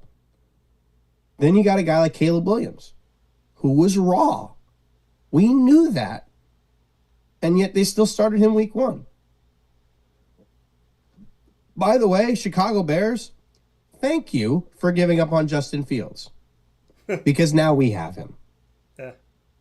And, granted, he hasn't looked amazing in camp. He's never been the guy that's going to throw for 4,000 yards. If he throws for 3,000 yards, rushes for 800, and has 30 combined touchdowns, that'll probably be a pretty good year. And the Jets will probably be a decent team. Maybe around 500, which is kind of what I figure that they'll do. Maybe a couple games below, but we'll see. I'm thrilled to have Justin Fields. He ran for a touchdown in his first game, and it was great on his first series. So I'm intrigued, and I think for me, with Jack, I kind of bring it back. Jackson Dart's the guy that will benefit from sitting. The Giants have no intention of making him the starting quarterback, which I think is the right decision. He'll sit. He's got a Super Bowl winning quarterback ahead of him, and he's got a guy that's been a serviceable quarterback for a long time. Who won as a veteran? Who won the in front of him. won the final BCS national championship? He did. Jameis Winston. Both of those guys have won championships, whether at the collegiate or the pro level. That is invaluable to a quarterback, to a young quarterback, and it's awesome to see. By the way, did you going into your team here? Did you see your kicker that banged a 70-yard field goal in the preseason game? Yeah. So how about that, huh? So they made a decision that he was going to be the guy. And they were willing to get rid of a veteran. They were willing to get rid of a younger guy, and not in this year's draft, not in 2025, but in 2024, they drafted Cam Little. And speaking of the Jaguars, and when they drafted him in 2024, 6th round, pick 212 out of Arkansas, that was it. When a for kicker them. gets drafted, you know he's good. That was it for them. And he banged a 70-yarder, which would have gone for even more had... That probably would have been good from like 74. So, absolutely insane, crazy. I might be the best player on the Jaguars. So, but just kidding. But no, don't you take that away from Trevor. No, he's good. I still love Trevor. I still think he's great. He's good. But, no, I mean, I'm really excited for Cam Little, and I'm excited for the team. I'm excited for the positive publicity, and I'm excited for, what can hopefully come this season. They come from a long line of great kickers and guys that didn't get the respect that they deserve. Josh Scobie, who I think he set the previous record by breaking another record. So you had guys like Mike Hollis, and then you had Scobie come in. I think Scobie's record was 63. I think Scobie tied the record. Yeah, so there's a couple guys that hit 63-yarders that have tied it. Yeah, Scobie, I was there for his. I was there for Riley Patterson. The original... And I was there for Riley when Riley got his game-winning one, which was it didn't set a new record, but it was a game-winning one, and he just held up his cross to all the cameras because he said, if I was able to make this field goal, all glory goes to God for it. I mean, I've been really spoiled to have the kickers that I've had and to talk to the guys that I've talked to over the years at Jacksonville. And they've had so many really, really good kickers. And knowing that this guy's so young and he set the new record is really awesome. I mean, you think the length of a field is, like 108 yards? So 120 back of the end zone to back of the end zone. So the back to the back. But yeah, like if you return a kick, it's like 104, 108 if you're in the end zone.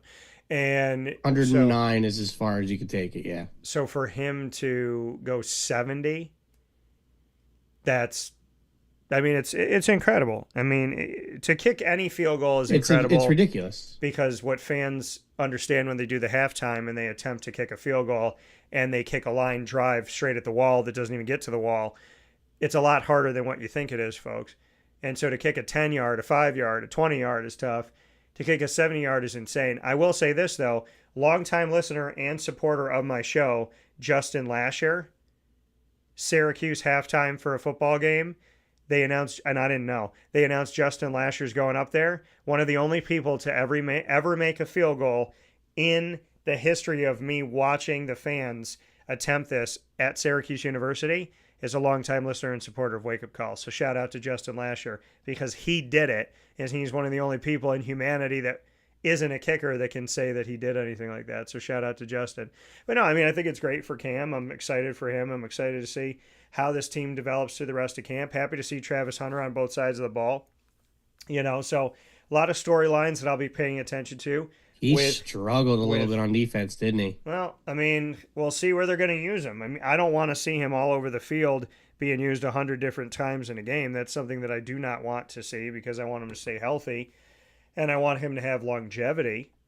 But I do want to get into the polls here. Speaking of longevity of what we have going on, Syracuse fans, feet to the fire. Who do you believe is going to be the starter for week 1 of the 2025 season, Steve Angeli or Ricky Collins Jr.?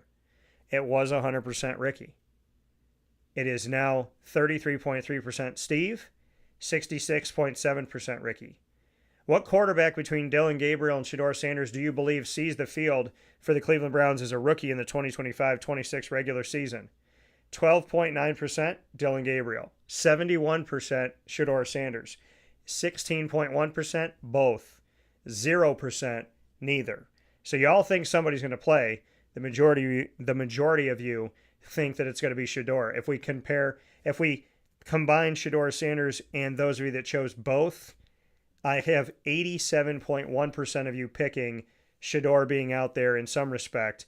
And if you include Dillon Gabriel with the both, then I have exactly 29% of you believing that Dylan Gabriel will be out there. The other poll, who will be the New York Giants starting quarterback by the end? Not the beginning, not the middle, not who's going to see the field. By the end of the regular season in 2025-26, who is going to be the starter that is at the end of the season for the Giants? Who's going to finish the season with the job?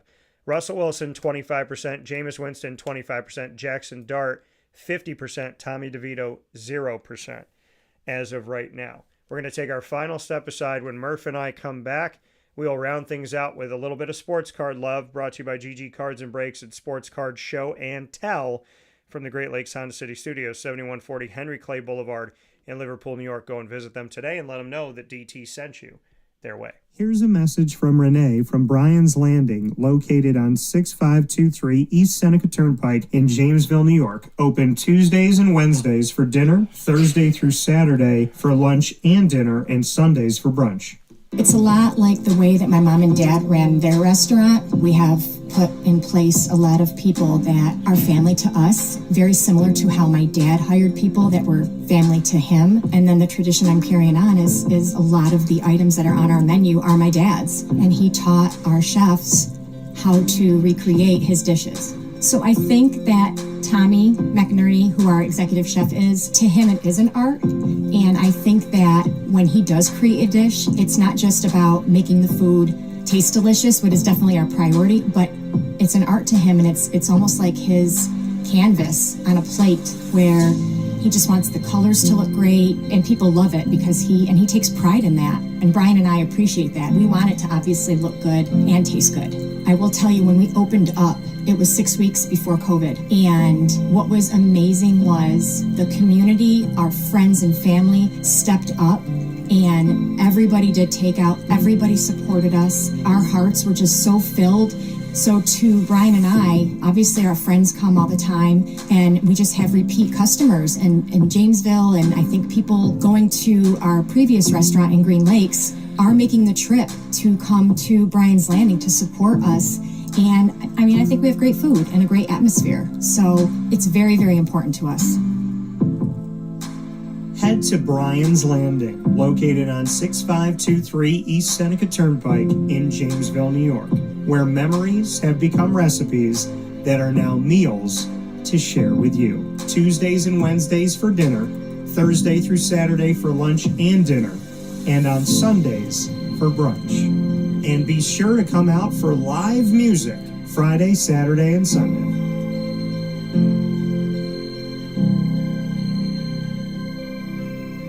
Life gets busy, and sometimes that means us running around. So K9 Camp Dog Daycare offers you an opportunity to give your dog a place to stay while you take care of what you need to throughout the day. K9 Camp Dog Daycare is located on 228 Old Bridge Street in East Syracuse, New York. You can see it from the highway, and it's just off of Erie Boulevard across from BJ's Wholesale Club.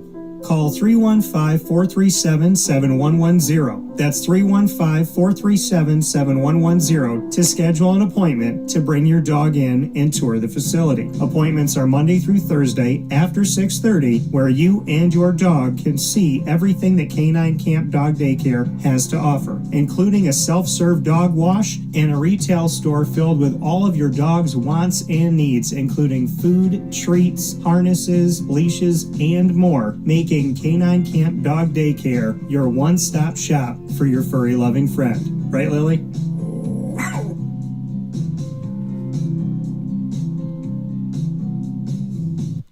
Carvel DeWitt, it's what happy tastes like. Do you know why? Because we make ice cream. Creamy, rich, flavorful ice cream. Not yogurt or iced milk like some of our competitors. Ice cream.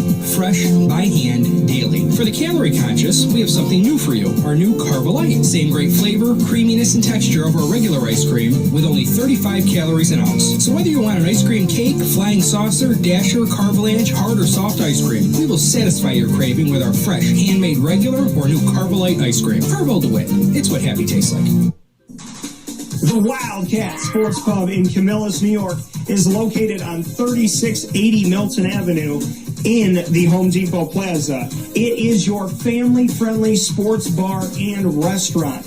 Folks, some sports bars aren't family friendly. Some family friendly restaurants are not sports bars. The Wildcat Sports Pub in Camillus, New York is proud to be both. It is that marriage that you've been looking for years. The Wildcat Sports Pub is your home base for your sports bar and restaurant needs, games for the kids, indoor and outdoor activities, and enough things on the menu to come back every single week and get to try something new. They're open Sundays from noon to 8 p.m., Monday through Wednesday, 11 a.m. to 11 p.m., and Thursday through Saturday from 11 a.m. to midnight. For reservations and party information, call 315-487-2222 for the Wildcat family-friendly sports pub and restaurant.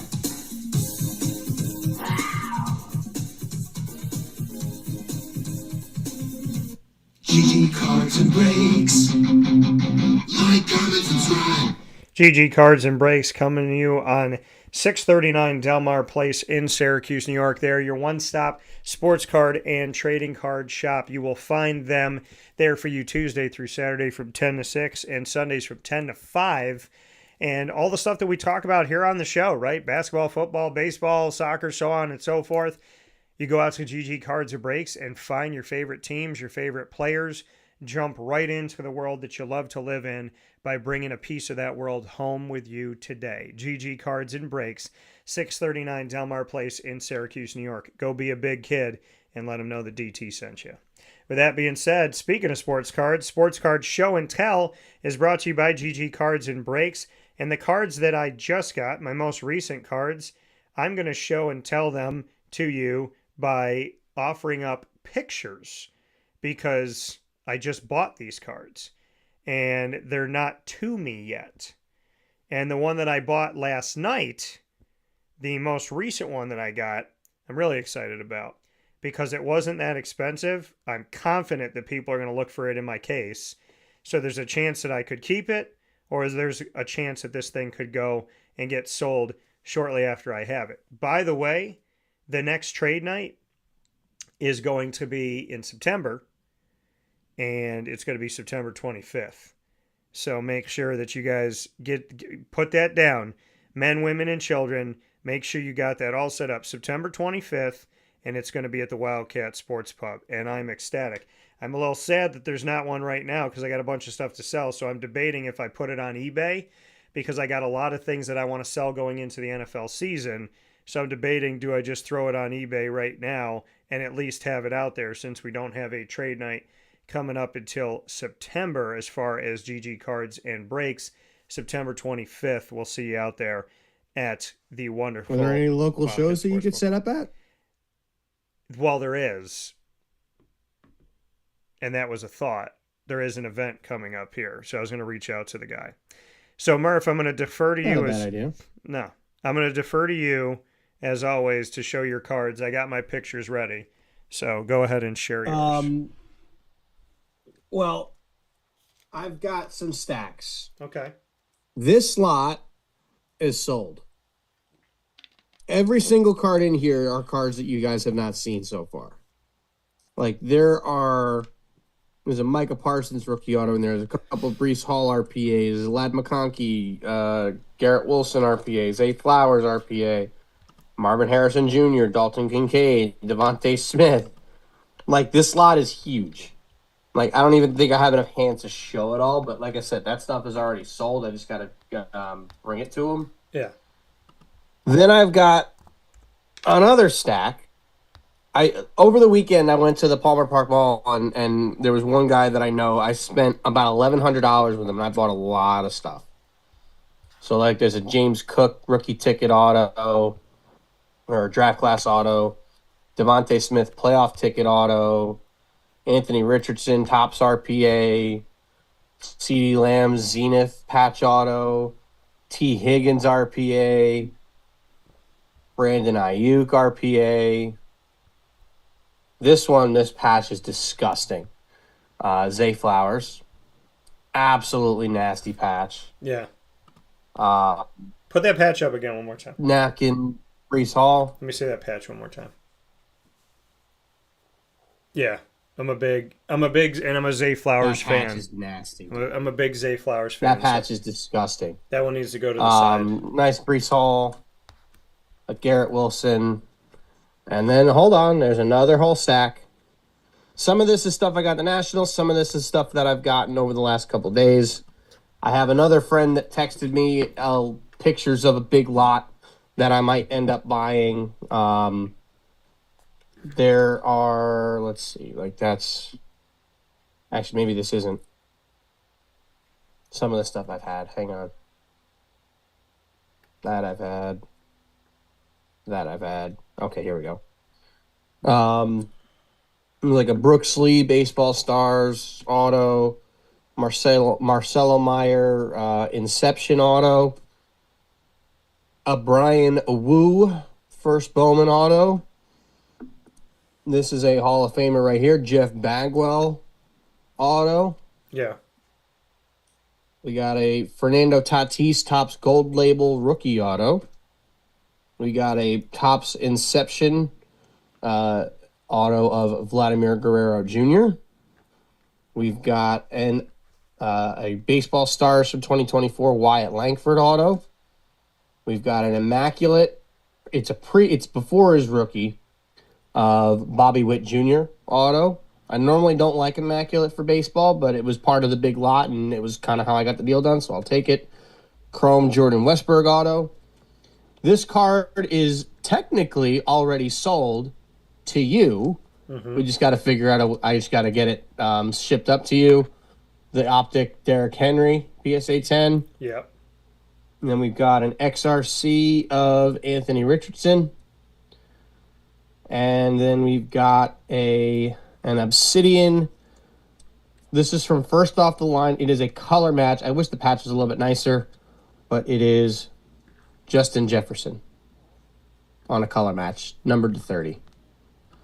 Really cool card. I got way too much crap, and I've sold a lot of it already, so I got a show on Sunday, and then I probably won't. I'll look to see if I can get another one coming up here in the next couple of weeks, but let's see what you bought. Let's see what you spent some money on last night. Yeah, and I'm actually just taking a look at a couple things here of shows that we have coming up and in Syracuse, because I know we got one coming up in the early part of September, so I'm excited for that. So this is what I got. This is what I have to show.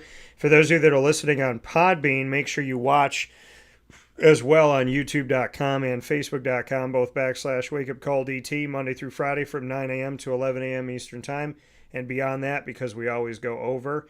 So this is the one that I just got this is the latest one that I have. Proactive Pro Set. So when I was a kid, NFL had the Pro Set, and so they can't use the logos, but it's still his autograph. I got Joe Montana. Got Joe Montana's auto. That's nice. So there was 2 Joe Montana autographs out there. I got one of them, and because I got that one, I didn't have to go after the other one. And then I have this one, a Gem Mint rookie with his Arizona Cardinals stuff on. That's Marvin Harrison, Gem Mint, PSA 10. And then Nice insert. I got these together. I have the purple pair, or the pink pair is the pink prism. Yeah, the pink prism of Panini's Gem Mint 10 of Zay Flowers rookie card. And then I have, what else do I have? I have a PSA 9 rated rookie retro of Michael Penix in his Atlanta gear. I also have the rated rookie retro of, I got Penix and I got somebody else. Who's the other guy that I have? It's not JJ. I do have a JJ, but I have another rookie retro as well. And then I have a PSA 10 Optic Preview red and green rated rookie Zay Flowers, so 2 Zay PSA 10s. I'm a big Zay fan. And then I have a PSA 10 reactive orange mosaic Devontae Smith that came in, or will be coming in. And then I got these 2 babies, which I'm really excited about. I got this 2 of 3 insert. I'm going to hold it sideways here. QB1 in his Syracuse gear. Kyle McCord autograph. That's sweet. Taking up the whole spacing there pretty much. I love when they utilize the Had to space. get that. I wouldn't even bring that to. I wouldn't bring that to shows if I was you. I would just keep that one. Yeah, that one's nice. And then I got this one, which is an actual Syracuse and draft Philadelphia Eagles card. On the back, it's got the Eagles logo, but if you pay attention to the front, it also has the Eagles logo. It's numbered to 499, so it is a numbered auto turn of the century, and it is Kyle McCord in his Syracuse uniform, but you could see the eagle. Okay, you could there. sell the other one. Yeah. You could sell the other one. That's the one you keep. Because this one has the eagle, and it is numbered. And so I got a couple Kyle McCords, all PSA 10s except for the Penix, which is a PSA 9, and a Joe Montana autograph. That was all bought between Saturday and Sunday that I did those. Nice. So wanted to bring some good stuff home, and I got a bunch of JJ McCarthy, CJ Stroud, Michael Penix Jr. I got some Caleb Williams. I got a Cam Ward auto that's low numbered. So I got a bunch of things to bring out to a show. I'm hoping that I can hopefully get into this one show that's coming up here because I get emails about when they're available, but I just reached out here this morning or this afternoon. So let's see if I can get into this show. With that being said, any final notes, Murph, that you want to make here as we talked about the Syracuse Mets, equality, sports, and culture, as well as Syracuse Football Camp, Major League Baseball, the NFL preseason, and Sports Card Show and Tell, proudly presented by GG Cards and Breaks. You got 3 hours of show here today. Any final notes you want to make, Murph? I think we pretty much covered it all, to be honest. Yeah, I mean, I always love, these Monday morning conversations that we have, and it's definitely something I always look forward to on a Monday. So I'm glad we get to do it, and looking forward to doing it again next week. Yeah, I'm looking forward to it as well. By the way, within the last 13 minutes here, the first AP poll of the 2025-26 college football season is out. Texas is 1. Penn State is 2. Ohio State is 3. Clemson is 4. Georgia is 5. Notre Dame is 6. Oregon is 7. Alabama 8. LSU 9. Miami 10. Arizona State 11. Illinois 12. South Carolina 13. Michigan 14.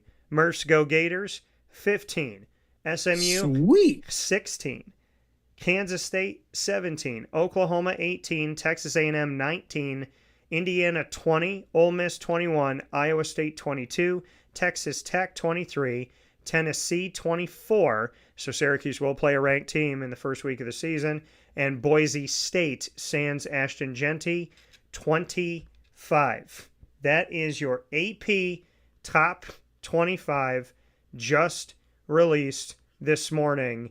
Give us your thoughts. The Associated Press has put in their top 25. I'm going to be sharing it. The others receiving votes: BYU, Utah, Baylor, Louisville, USC, Georgia Tech, Missouri, Tulane, Nebraska, UNLV, Toledo, Auburn, James Madison, Memphis, Florida State, Duke, Liberty, Navy, Iowa, TCU, Pittsburgh, Army, Colorado, and Louisiana Lafayette. Syracuse did not receive a single vote in the Associated Press.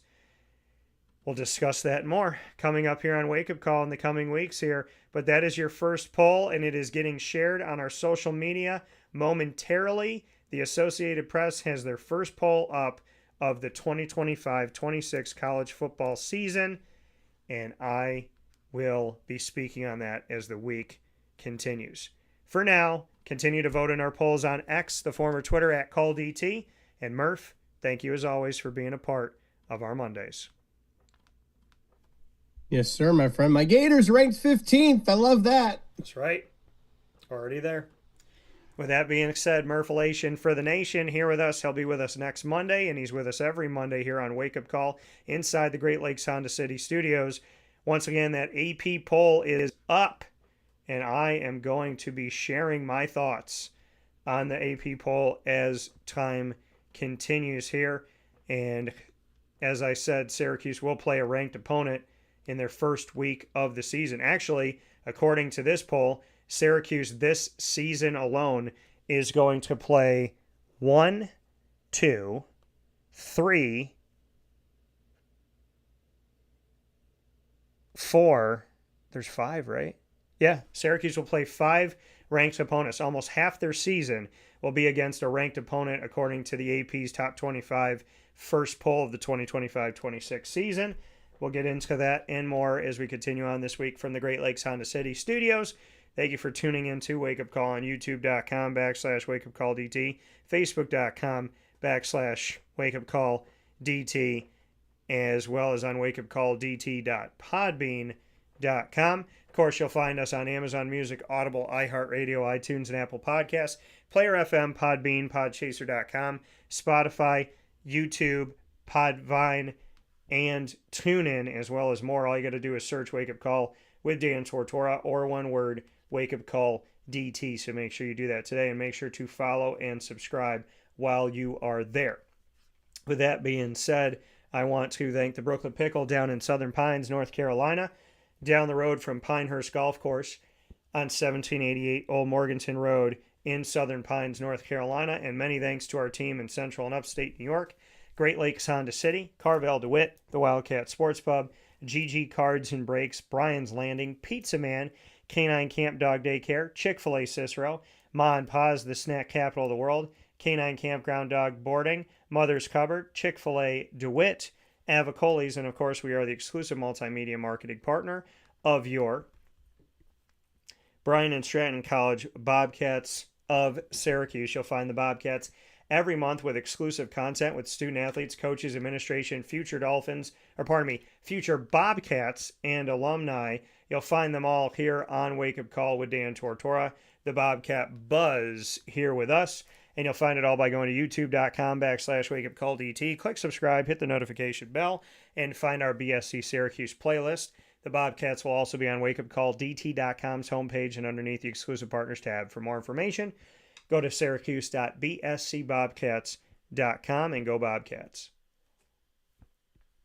The Binghamton University Bearcats are exclusive multimedia marketing partners with Wake Up Call with Dan Tortora. Find your Bearcats every single Tuesday at 10 a.m. Eastern Time during Bearcat Time. You'll find the Bearcats here with us. Don't miss a moment of spending time with the Bearcats. Student athletes, coaches, administration, and alumni. You'll find them all by going to youtube.com/wakeupcalldt. Click subscribe, hit the notification bell, and find our Binghamton playlist. The Bearcats are also on wakeupcalldt.com's homepage and underneath the exclusive partners tab. For more information, go to binghamtonbearcats.com and go Bearcats. With that being said, here on Wake Up Call with Dan Tortora, where sports meets life, I want to thank Murph for being a part of the show here today. I want to thank all of you for tuning in inside the Great Lakes Honda City studios. Find us on Facebook at Wake Up Call DT, X at Call DT, and Instagram at Wake Up Call _DT. Vote in our polls, and always be with us on wakeupcalldt.com. For now, from the Great Lakes Honda City studios, I say God bless, no stress, do your best, have a wonderful day, and stay safe.